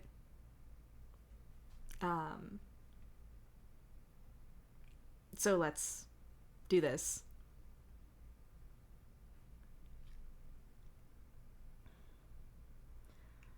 Signless? You whisper, and there, you feel something. It's like the mental equivalent of when you've got a hair in your mouth and you can feel it on your tongue. There's some faint connection that wasn't there before, and you mentally feel for it, and Signless appears in the room, looking as surprised as you were. Are you okay? He asks worriedly, walking to you. It was all real, you whisper. I'm afraid so. I feel like I've put you in terrible danger, Karkat. I never meant to. When Reader took me away, they explained a little about how I can help you with this balance thing, but I feel like things would have been easier if I had just faded away and left you with a normal life, Signless says regretfully. No, I didn't want you to go. That was probably selfish of me, but I wanted... I don't know. You sigh. It seems that we're in similar positions, then. You find yourself in a circumstance where you're trying to do something incredibly difficult for the benefit of others. At least I can help you, he offers. That's different. You had a whole institutional thing to overturn. This is just... You pause. Silas looks at you curiously from his position leant against Solix's desk. No one talks about this. All this is undercover for no good goddamn reason. But, I mean, there has to be a reason, right? Why would people go through all this effort to keep something so fundamental a certain way if there wasn't a reason for it? You ask him. In my experience, people in power, keeping things a certain way, always has a reason, and those reasons are always something that should be subject to scrutiny. Or else. Signless says, his voice hard. Yeah, come on, you say, leaping to your feet. You slam your hand on the button to open the door and burst into the main room. Everyone hold the fuck up! I have news about a whole fucking conspiracy, a mouthful of yelling, and a think sponge full of ghosts! You yell as you storm into the main room. I fully stood up to say that. I hope you appreciate that I'm trying not to blast your eardrums out. It's just me, but okay, Signless says from the other room. Hal appears to have thrown half a cup of coffee over the floor in surprise, and Rose and Kanaya are looking at you from the lounge plank with a blend of concern and alarm. Good morning? Kanaya tries. Some of us have an unpleasant history with being startled, Karkat. I would appreciate you not doing that, Rose says, her grip on her plate of toast a little tight. Oh, shit, sorry. You apologize quickly. I'm fine, don't worry about me, Hal mutters and flicks coffee off of his hand and rubs it on his jeans. So, what did you mean by all of that? Kanaya asks. Mom had a descendant, Silas whispers from your side, his expression happy but in a sad kind of way. You look back at your friends who are starting to look at you like you've lost your marbles. You need to get Dirk and Roxy here. I can prove this whole ghost thing to them beyond a shadow of a doubt, I swear. I have so much to tell you. There's been a development, but I prefer not repeating myself over and over to different groups of people. You say seriously. I'm not sure Dirk will come, Hal says bitterly. I'll back you up. Let him think he's coming here for you to apologize or something. Don't specifically say that, but let him think it, Rose suggests. I am sure you took some kind of oath against using your knowledge of the mind against people, Kanaya says, raising an eyebrow at Rose, who does not look embarrassed even a little bit. That'd be smart, but I don't think they make you promise that. How's this read to you? Hal asks, leaning over to show his palm husk to Rose. Yeah, that's the right balance between contrite but not suspiciously apologetic. Rose nods, and Hal taps at the screen. You look around the room a little uselessly. You didn't really count on waiting around like this. That worked. They're coming over. It'll be a bit, but yeah, who knows how that'll go. Hal says with a sigh. Right. You nod. Everyone's still watching you, Signless included, and you feel kind of awkward now. I kind of came in here with one type of action-based yelling energy, and now I'm kind of at a loss, you admit. You did start way up here with that, yes. Rose nods. Perhaps get dressed before the others come over? Kanaya suggests sensibly. You nod and awkwardly retreat back to Solix's room. Signless, of course, follows you. Are you going to tell them about me? He asks. Yeah, they've been with me this whole time, and now I have a way of proving you're here. You can go somewhere I'm not and see things I blatantly can't. I mean, sure, I could try to work this out myself and keep it all secret, but why the hell would I? I don't know everything, and they're way smarter than me in their specialized areas. The best chance we have of working this out is together. If GHB is going to be such a problem, I need to rely on more people than myself. You tell him firmly. That's very sensible. Other people are vital to achieving anything. I might have led my movement, but I'd be deluded to say that I did it alone. I'm glad you aren't burdened by ego where you feel you have to do things solo. That makes me very relieved, he says with a ghostly sigh of relief. Yeah, an abundance of confidence in my abilities is not something I have to worry about, you snort as you pick your clothes up. You can go too far the other way, you know, but I should probably give you some privacy, Signless says, and drifts backwards through the wall. You weren't about to tell him to leave. It's pretty clear he's been in your head and seen things in your memories. You've not got a lot of boundaries with him, and besides which, he's your ancestor. You might have a weird mutant body, but it's the same one he had, so it's not like he's going to care. Whatever. You're not going to turn down the opportunity for privacy. You change back into your clothes from yesterday and wonder if you're going to have to move out of living with Gamzee.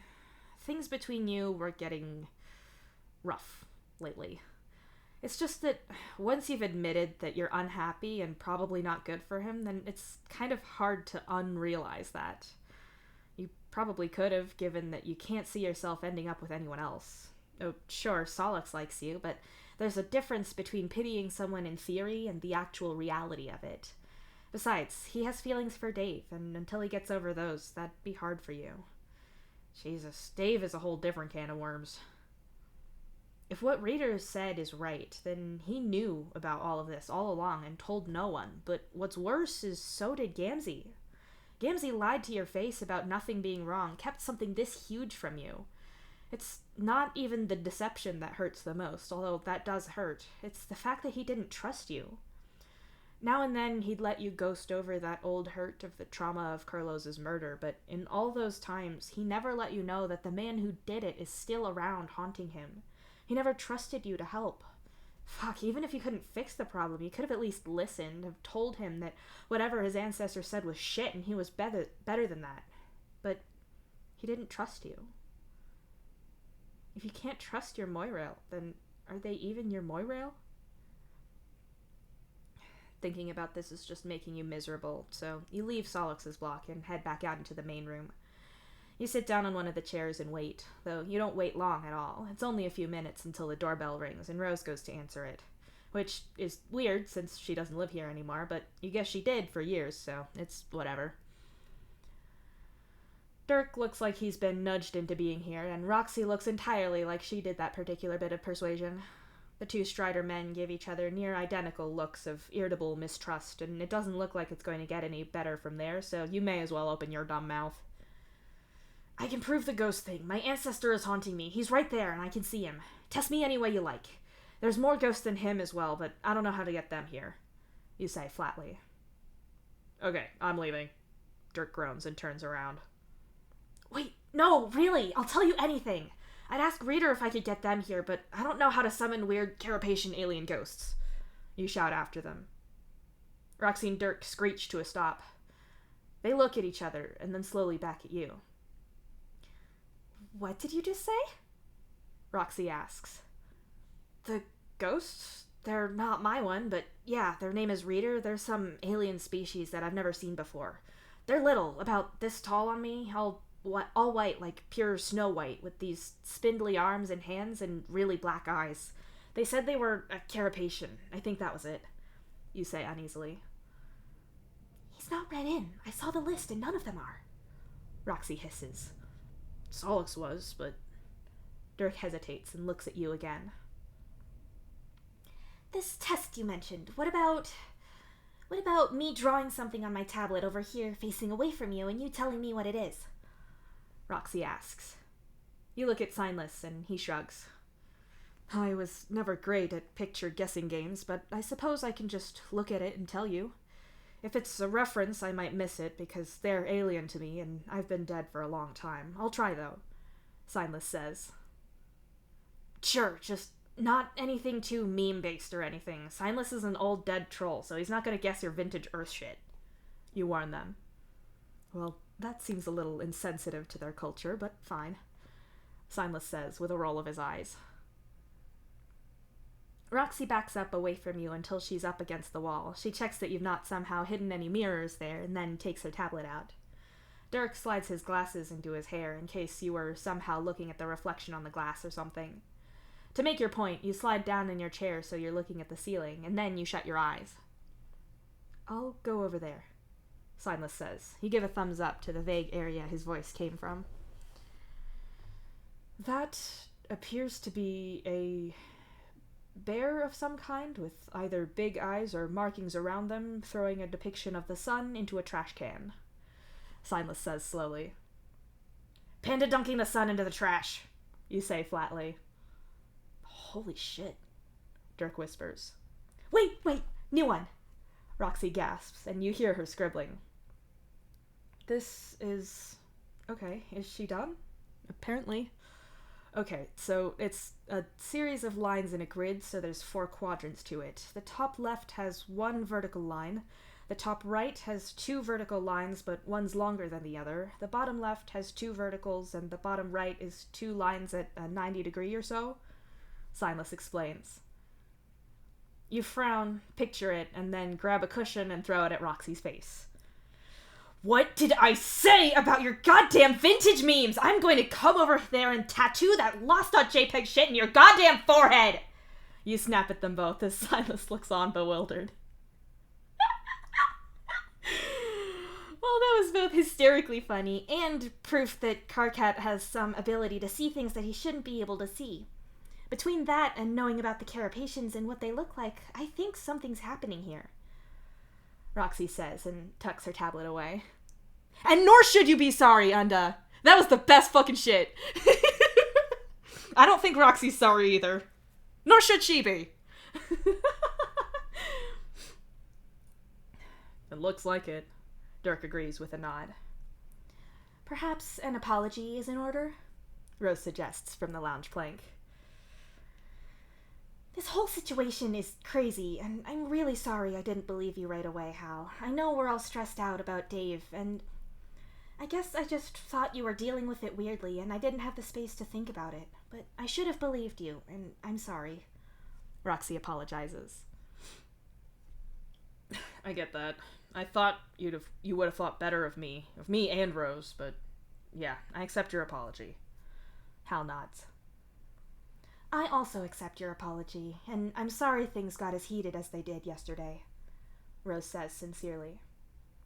And I'm sorry that poor Kanaya had to be around all of that. Super awkward. I'm sorry, Roxy adds. These things happen, Kanaya tells her.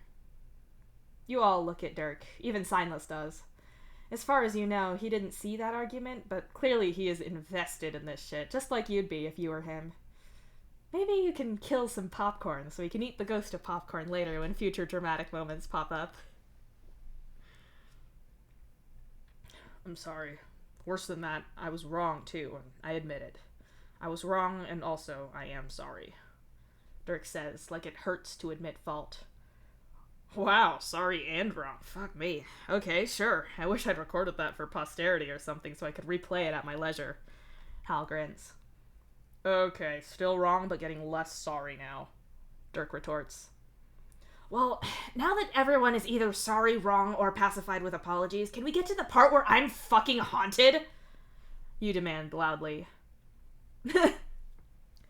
Just to continue the train of things I don't normally say, I agree with Karkat, and he's right that we should listen to him, Dirk says dryly. Wow, fuck you, you snap. In an effort to get us back on track, how about you tell us what happened after we saw you last yesterday? Rose suggests. You nod and get to your feet. This feels like an explanation that'll require some pacing around the room as you talk. Seemingly sensing this, Roxy and Dirk take over your seat. When I went to see Gamzee after I left yesterday, I ran into Fazer, who was being really weird, looking around me where there was nothing, though I'm guessing now he was looking at Signless. You start. You told half of them this already, but you could do with recovering it in a new context. He was looking at me, Signless confirms. Yeah, Signless says he was. Before this, I could only see Signless in my dreams. You go on. So, to clarify, you can see your ancestor right now in this room actively, at this present moment? Kanaya asks. He's right here. This tall, kinda looks... obviously he looks like me, but more like Cancre trying to pretend he's me, so somewhere in the middle, I guess. You say, as you gesture to the area Signless is standing in. So he just told you what I was drawing. Okay, cool. Roxy nods. Right, so last night I have this out-of-body dream experience or something, and this ghost shows up. Not Signless, but this alien, this Carapacian. They told me about themselves and said that they were Fazer's ghost, and they had to tell me a lot of shit in real short order. You go on. You're going to gloss over the part where you and Signless apparently became a team, because that's just more questions, and you don't have answers for that right now. They said that there's this whole light and dark, future and past balance thing to the universe. Light being future and dark being past. That the ship should be neutral or something, otherwise the void that's out in space that ate our planets sees us and starts coming for us. Which I guess explains what happened with the shuttle launch. Things apparently get screwy the closer you get to that. Vicari's death was to do with this as well. Apparently it just... I don't know. It killed him. They said that much. You go on as you pace the room. Sort of like a yin and yang view of reality, but taken from a perspective of how sharks hunt prey with electromagnetism. It can see us if we're different from what's around us. Is that about it? Dirk asks. Sorry, we're saying that the event that destroyed our respective home planets as well as countless others is alive? Alive and actively hunting us? Like, this isn't just the big crunch or some physical feature of the universe that we don't know how to understand, but instead it's a living thing? Hal asks, before you can answer Dirk. That was the impression I got. I could be wrong, but that seemed to be what they were saying. I don't know what kind of thing it is, or how intelligent it is or anything, but they were pretty clear on the balance of the ship being an effective homing beacon for whatever it is. You say helplessly. Not helped by the Grand High Blood either, mind you, Signless adds, though only you can hear him. Right, yeah, I was getting to that. You nod. You're talking to him. Okay, go on, Rose says, as she looks at a space close to Signless, but not quite at him. Moving on. Reader said that there are balancers. Their job is to balance that whole future-past thing, and that balancers are people who are kind of haunted, I guess, by a specific ghost, which is now me and Signless. They said there's normally 4 balancers on this ship, one being Fazer himself. The problem with this is that apparently Fazer is destined to die today, and he doesn't know it, and his ghost made me promise not to say, so I don't really get a lot of instruction here. The other light balancer is Aradia, apparently, but she's all the way off on another planet, so she's no use to me. The third is Gamzee. He's got his ancestor as his ghost. You explain. Oh. Oh no, Rose whispers. Everyone looks horrified. It's not like anyone here is great friends with Gamzee, though you, Rose, and Kanaya are in his social circle, to be sure. But Carlos's murder and the Grand Highblood's execution was a very violent and horribly tragic affair. Everyone knows about it, even if they don't remember the exact name. But given that you were all in school with Gamzee, even if some of you were a fair bit older, you all knew. Everyone knows how horrifying the prospect of Gamzee being stuck with GHB is. Wait, you're telling me that Gamzee still has to see his ancestor around, like you are with Signless, and he can't tell anyone? Kanaya whispers. Yeah, about that. Apparently, there's this big group of people who do know. A lot of them sailors with tattoos in ink I can supposedly see now, though I've yet to see it. I guess they know and the other balancers do, so it's not no one, but I don't get why it can't be everyone. Reader didn't really get to explain that part. You say uneasily.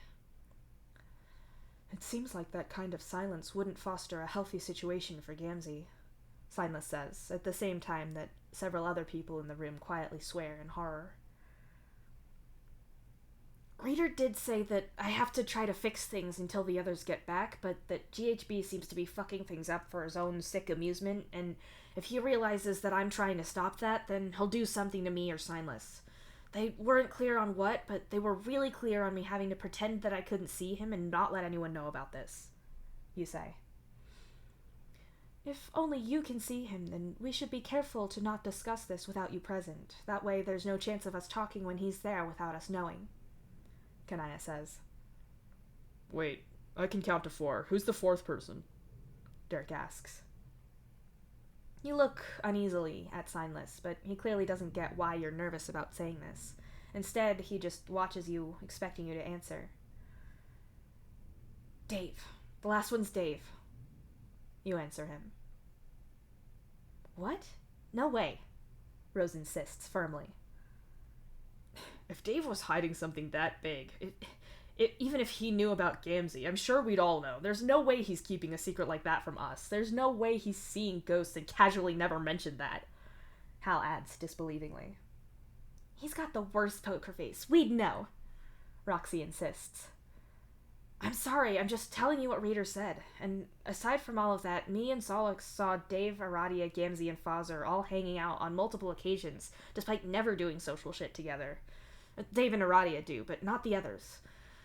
Look, I don't like this any more than you do. My Moiral's been hiding this shit from me for forever, and I thought I knew him, but apparently not. You argue. How does it work? Dirk asks, looking at you. What?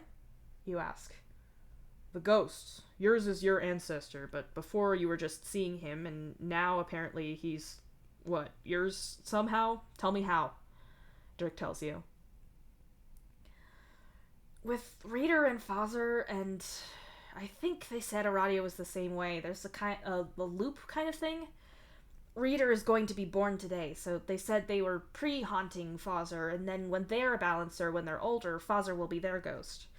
With Gamzee, it's his ancestor, but Reader said that traumatic shit can cause it to happen when one of the two dies, so GHB was executed, so he haunts Gamzee, but I don't know why it's him haunting Gamzee and not Curlos haunting Gamzee, so I don't know there.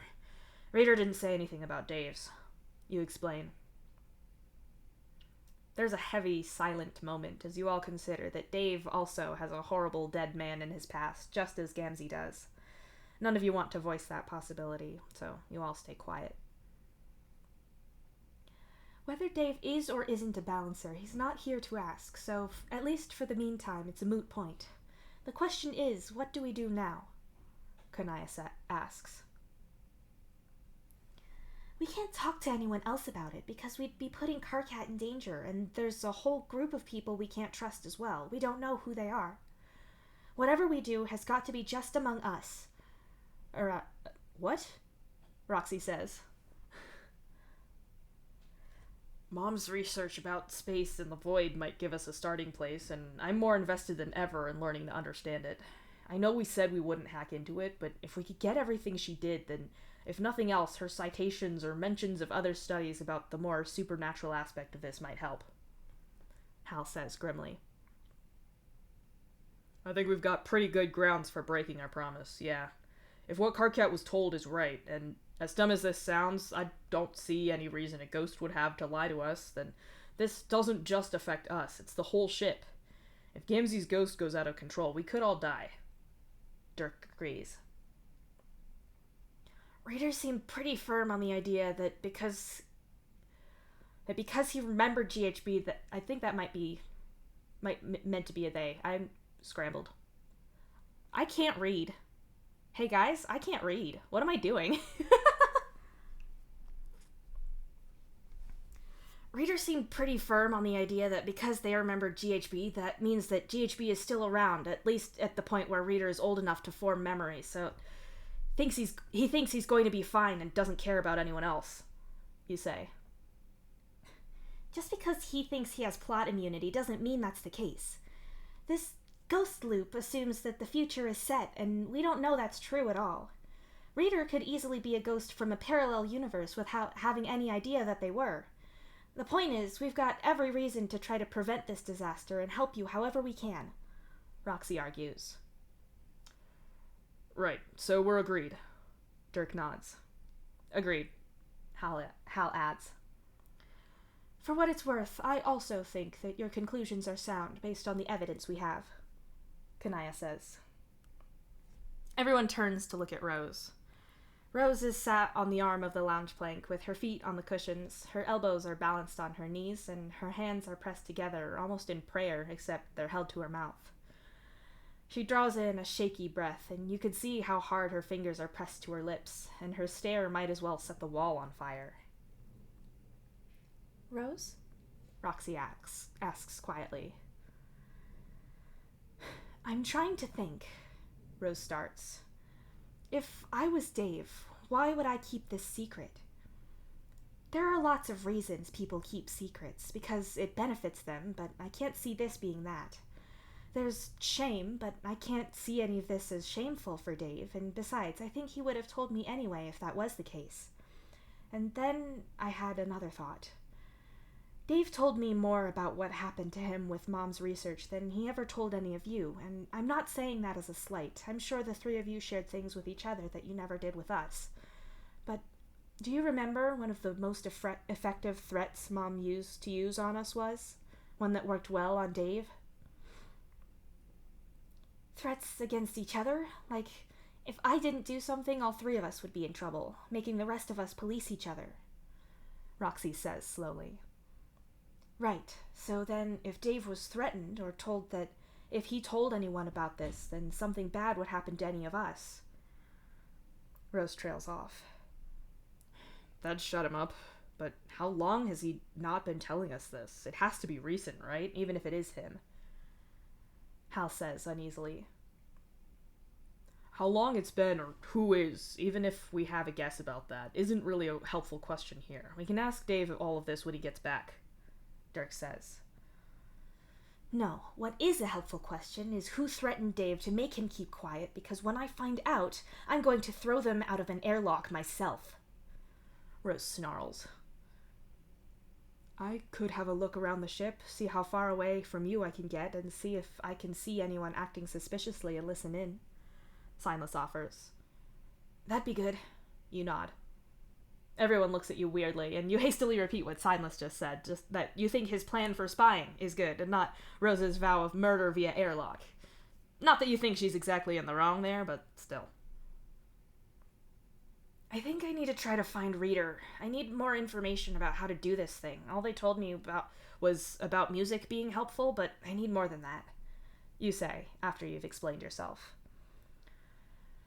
If Fuzzer's due to die today, I'd keep away from him just in case. You don't want whatever's happening to him to happen to you. It's one thing if his blood pusher just packs in unexpectedly. It's another if someone drops a piano out their window or something. Hal says.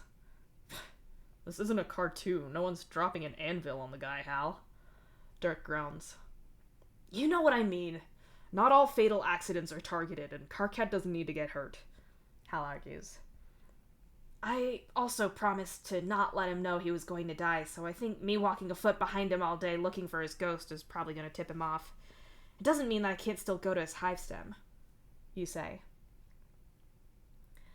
You all agree that since you're the one with the unfortunately named deadline, you should go out and see if you can find Reader. You also get the impression that Rose needs to calm down a little. Not that you're sure she will, but her anger will at least cool from a red-hot blaze of heat to something forged and sharp that she can turn against the universe and slash at until she gets the answers she needs. You leave the Strider's hive stem and walk off with half an eye on the world around you and the rest of your mind on thoughts of Dave and Gamzee. You still can't believe that he didn't tell you about all of this. God, this sounds awful. You hope he was threatened into not telling you, that someone let him think that exposing the secret would harm people, because that, at least, is a reason, even if the morality of keeping someone chained to that is utterly evil. If that isn't the case, then the simple fact is that Gamzee just didn't trust you. You poured your heart out to him over and over, and you thought he'd done the same. That you'd sorted through all the things he told you, helped and healed him as best as you could, and he held this back. And for what? If it was just that he thought you'd think he was crazy, then so what? If he was mentally unwell, then your job as his Moirel is to get him into suitable medical care. Gamzee never liked that, because being vulnerable with a stranger wasn't easy for him, but he still went to the mandated sessions his job required, and you tried to fill in the rest. If he thought that you wouldn't believe him, then that's still just him not trusting you. There's no way you can be with someone who doesn't trust you. But equally, you can't break up with him right now. If he's trying to control his ancestor to save the ship, the last thing he needs is you putting pressure on him from a breakup. And even if you did break up with him, you can't tell him the real reason, can you? That'd be inviting the Grand High Blood to basically rip your head off, or whatever it is he's going to do to you or your ancestor. That's another thing you'd like more clarity on. Can ghosts interact with the real world or not? Can they harm you, or can they just harm each other?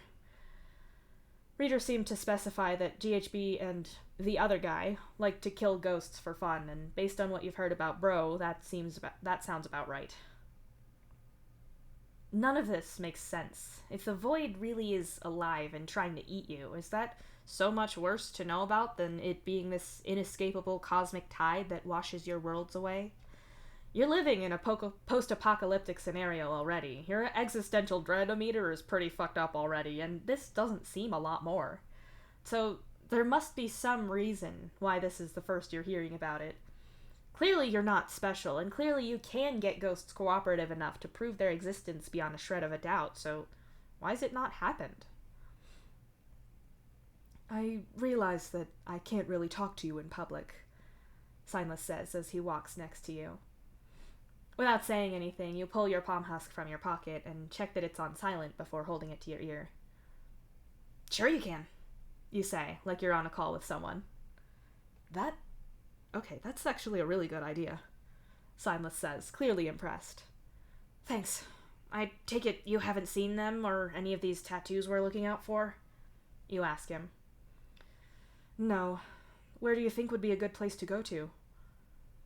Signless asks. His hive or mine, but since I'm avoiding him, I guess his would be better, you say, and then pull your palm husk away to look up Fozer's address. Once upon a time, on your respective planets, you couldn't just look up a casual registry of where everyone lives as just anyone, but given that you're all on a finite ship and space is at a premium, the facility to do so is there. There's a lot of work people have had to do to keep things like stalking down because of that, but from what Terezi's told you, the crime is taken far more seriously now than it was on either Earth or Alternia before they were destroyed. Either way, the result is that you can look up Fozer's hive without any real trouble. You travel in silence on the way there, though Signless has a look around at everyone on the train before walking back to you. I've still not seen anyone with any weird markings on them at all. Either I don't know what I'm looking for, or it's really rare, Signless says to you. You don't really know what to make of that. When you get to Fozzer's area, you walk carefully with your palm husk pressed to your ear. Maybe you should stay down here and be less conspicuous, and I can go up there and have a look myself. I can walk through walls, and you can't, Signless points out. That's a good idea. I'll wait down here for you, then. Don't take more than 5 minutes, yeah? Or else I'm gonna worry you've been caught. You tell him, without looking at him. Signless leaves, and you spend an anxious few minutes pacing about, but he's back well before 5 minutes are up, with an unhappy expression on his face. Fozzer wasn't there, nor was his ghost. I popped through a few other units as well while I was up there, and a few people were in, but none of them had weird tattoos. Signless tells you.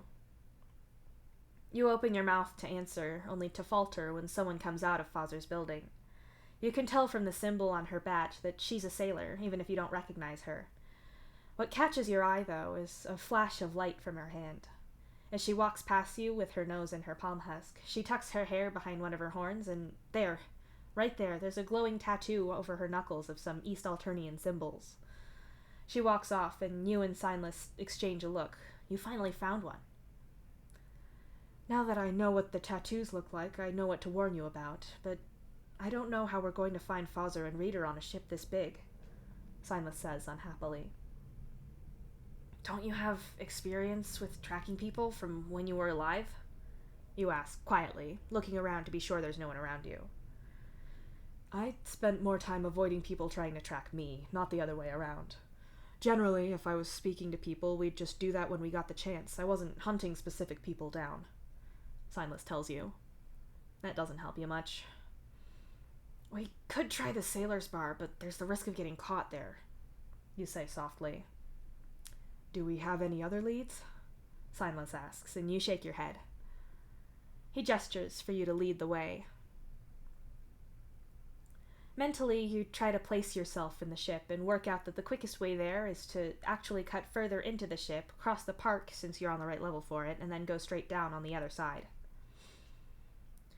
As you cut through the park, you catch sight of a group of engineers working with haste, machines digging through the impacted dirt as they try to get to a pipe below that's spraying water up into the air. The digger piles dirt and rocks higher and higher on a patchwork of tarpaulins, which are probably trying to preserve the landscaping of the park itself. You lift your palm husk to your ear and keep your eyes ahead of you as you walk. If the lights were affected, is that part of it too? You ask. Maybe.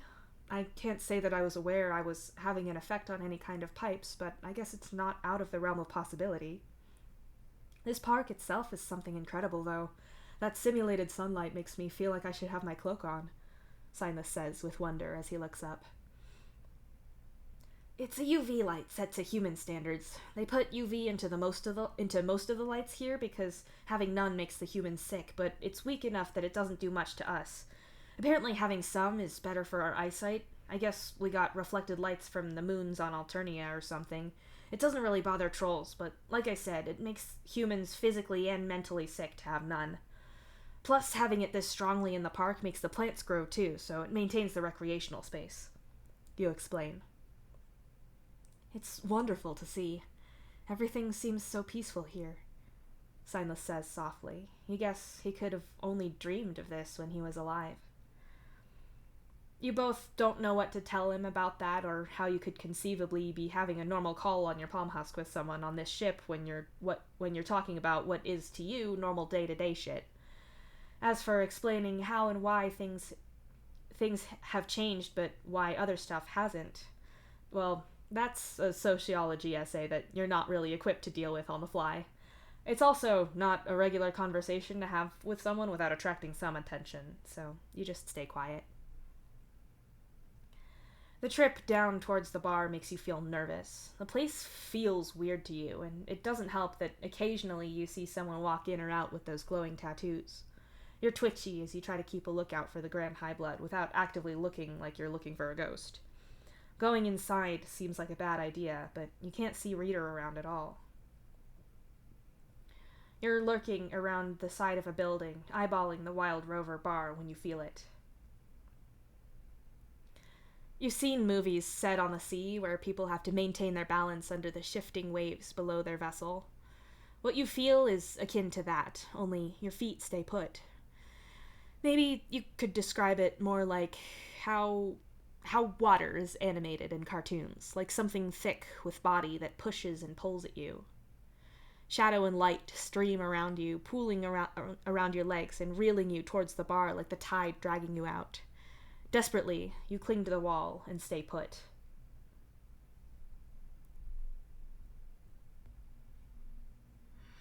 You sense, not hear because your ears aren't involved, no matter how much it feels like they are. You somehow perceive words, song, melody.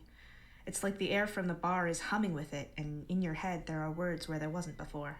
A young boy I was, barely out of my home. I stepped to the world with a meaning to roam. I signed with their captain. It's not that you recognize the voice, because there is no voice. Your ears aren't involved, but you recognize something, like the font the letters are in as they carve themselves on the inside of your ThinkPan. It's Gansey, and then, like a drop shadow on that font, another not voice joins. Father. Somehow you know it's him singing along with Gansey. Around you, darkness gathers, washing past your frozen feet and your wide-eyed ghost of your own on the way to the bar. You're unsteady, uneven. You had already figured out why the word was balancer, but you hadn't felt it until now.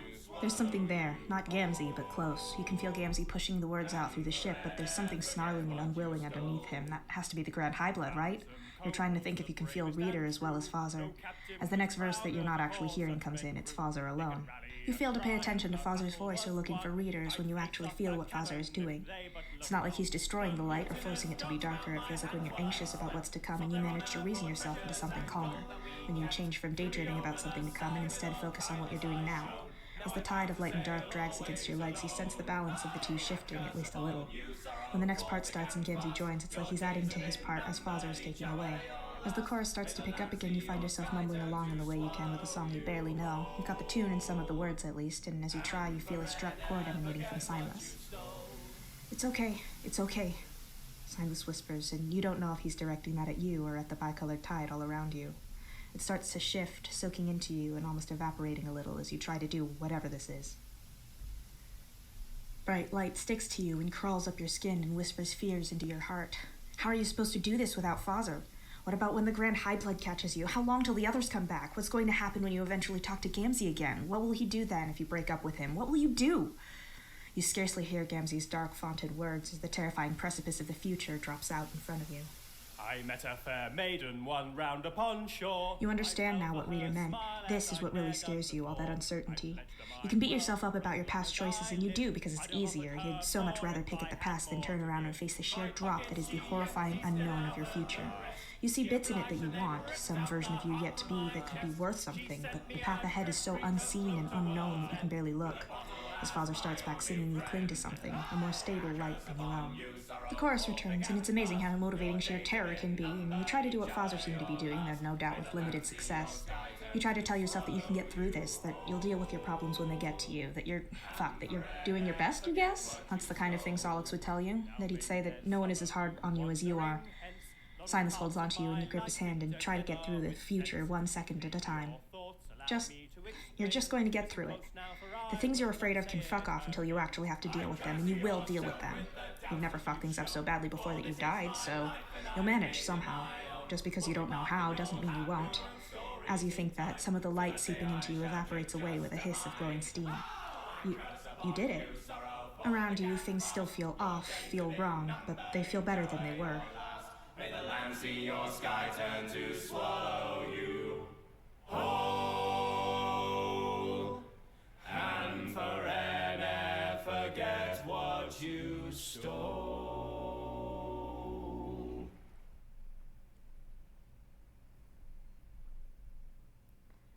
As the final word passes through you, something unfreezes you and you burst from your hiding place.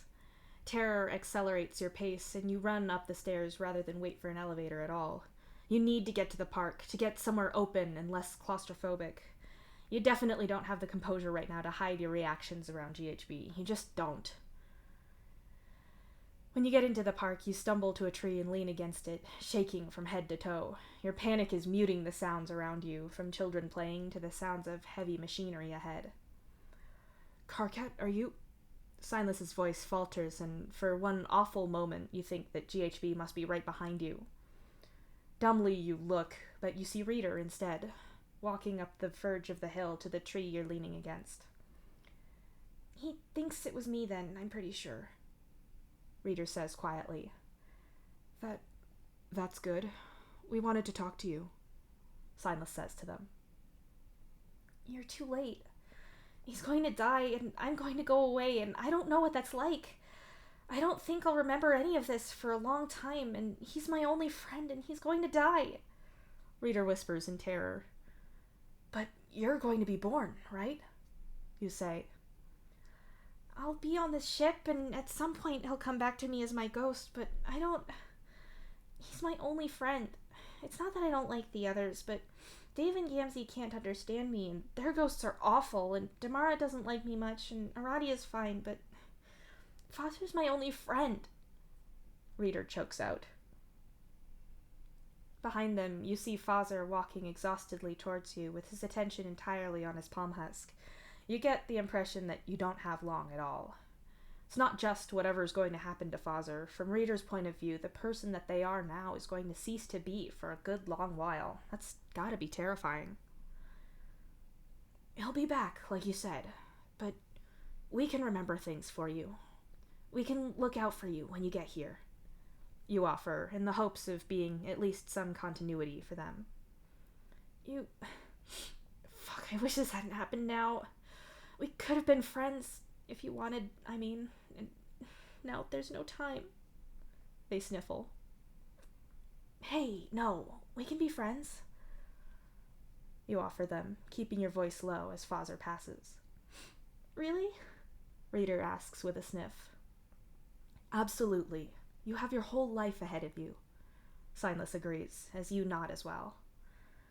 You watch as Foster walks along, and when Reader's ghostly hand slips into yours, you hold the alien's hand tightly. There's a shout, a yell from one of the workmen about pressure, other people yelling in such a way that the warning didn't get through. And then there's a bang. Below ground, a pipe explodes, bursting the ground above it open. If Foster hadn't been exactly where he was, he could have been fine. Even being where he was, he could have been okay if the explosion hadn't hurled him against the raw, excavated dirt. Reader's hand clenches tight against your own as Foster's limp body falls into the trench below, and then, all at once, the tarpaulins holding the excavated dirt slip. You could have told yourself that he was only unconscious, that he could have survived the impact and the fall into the maintenance trench, but several tons of wet and compacted dirt crashing down onto him? No. It was a split second. He was at least unconscious when he hit the dirt wall. He probably didn't feel a thing. You hope so, at least. Time slows back down to normal as you stare in horror. Reader fades away next to you, their hand slipping from yours as a ghostly tear hits your shoe and remains as the last trace of them. The stunned workmen leap into action, trying to dig Foster out immediately, but it's far too late. Gamzee and the other sailors are surely going to be here, and you can't stay and watch Foster be pulled out of his accidental grave, and so you run.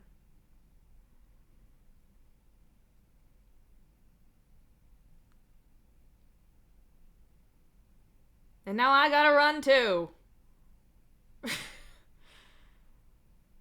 What a way to go.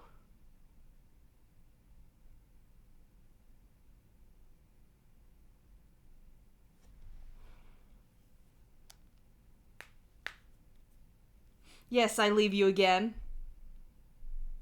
You can fucking deal with it.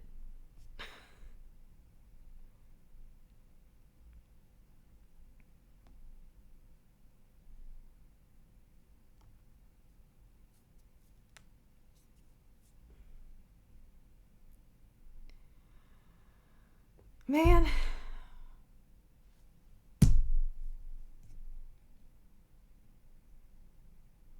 It's a shame that that's all I get of Reader, because I like voicing them.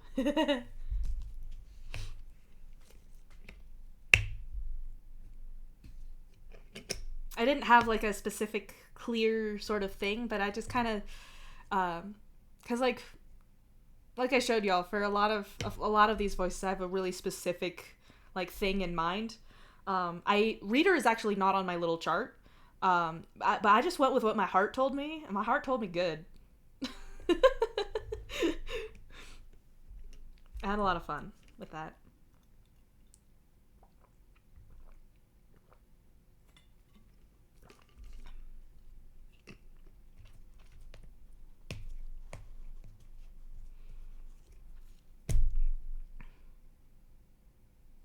Yeah, there's a lot that Karkat is not saying to Gamzee right now.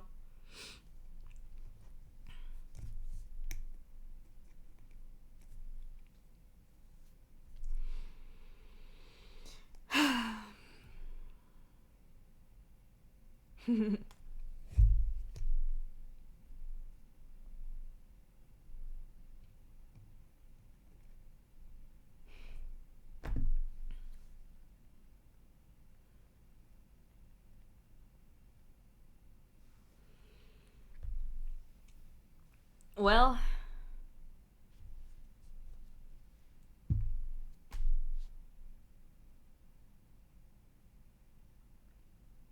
this is a very good chapter. But you know what else? Is that I'm extremely excited for next chapter. You guys have no idea. This is a very good chapter. Next chapter is a very good chapter. Oh, God.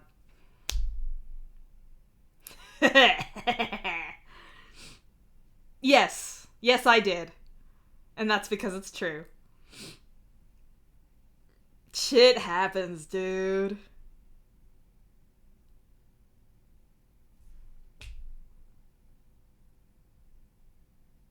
Also, Karkat's a balancer and has no idea what that really means. That's gotta be fun. Also, Signless! Smile. I love Signless. Yeah, he's trying to figure it out completely by himself.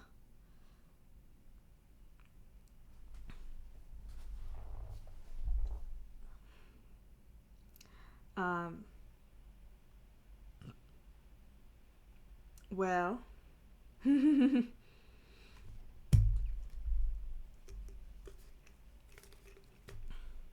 Indeed, that is all for us right now. It just clicked to 6 o'clock. 6:00. Very a nice round clean 3-hour stream. Feed beasts. Yeah. That's cat time. I hope y'all have a wonderful time zone. And I would like to thank you very much for showing up, for being here, and enjoying funny ghost times with our good friend Karkat. Have a wonderful night, y'all. And I'll catch you back here on Thursday. Bye!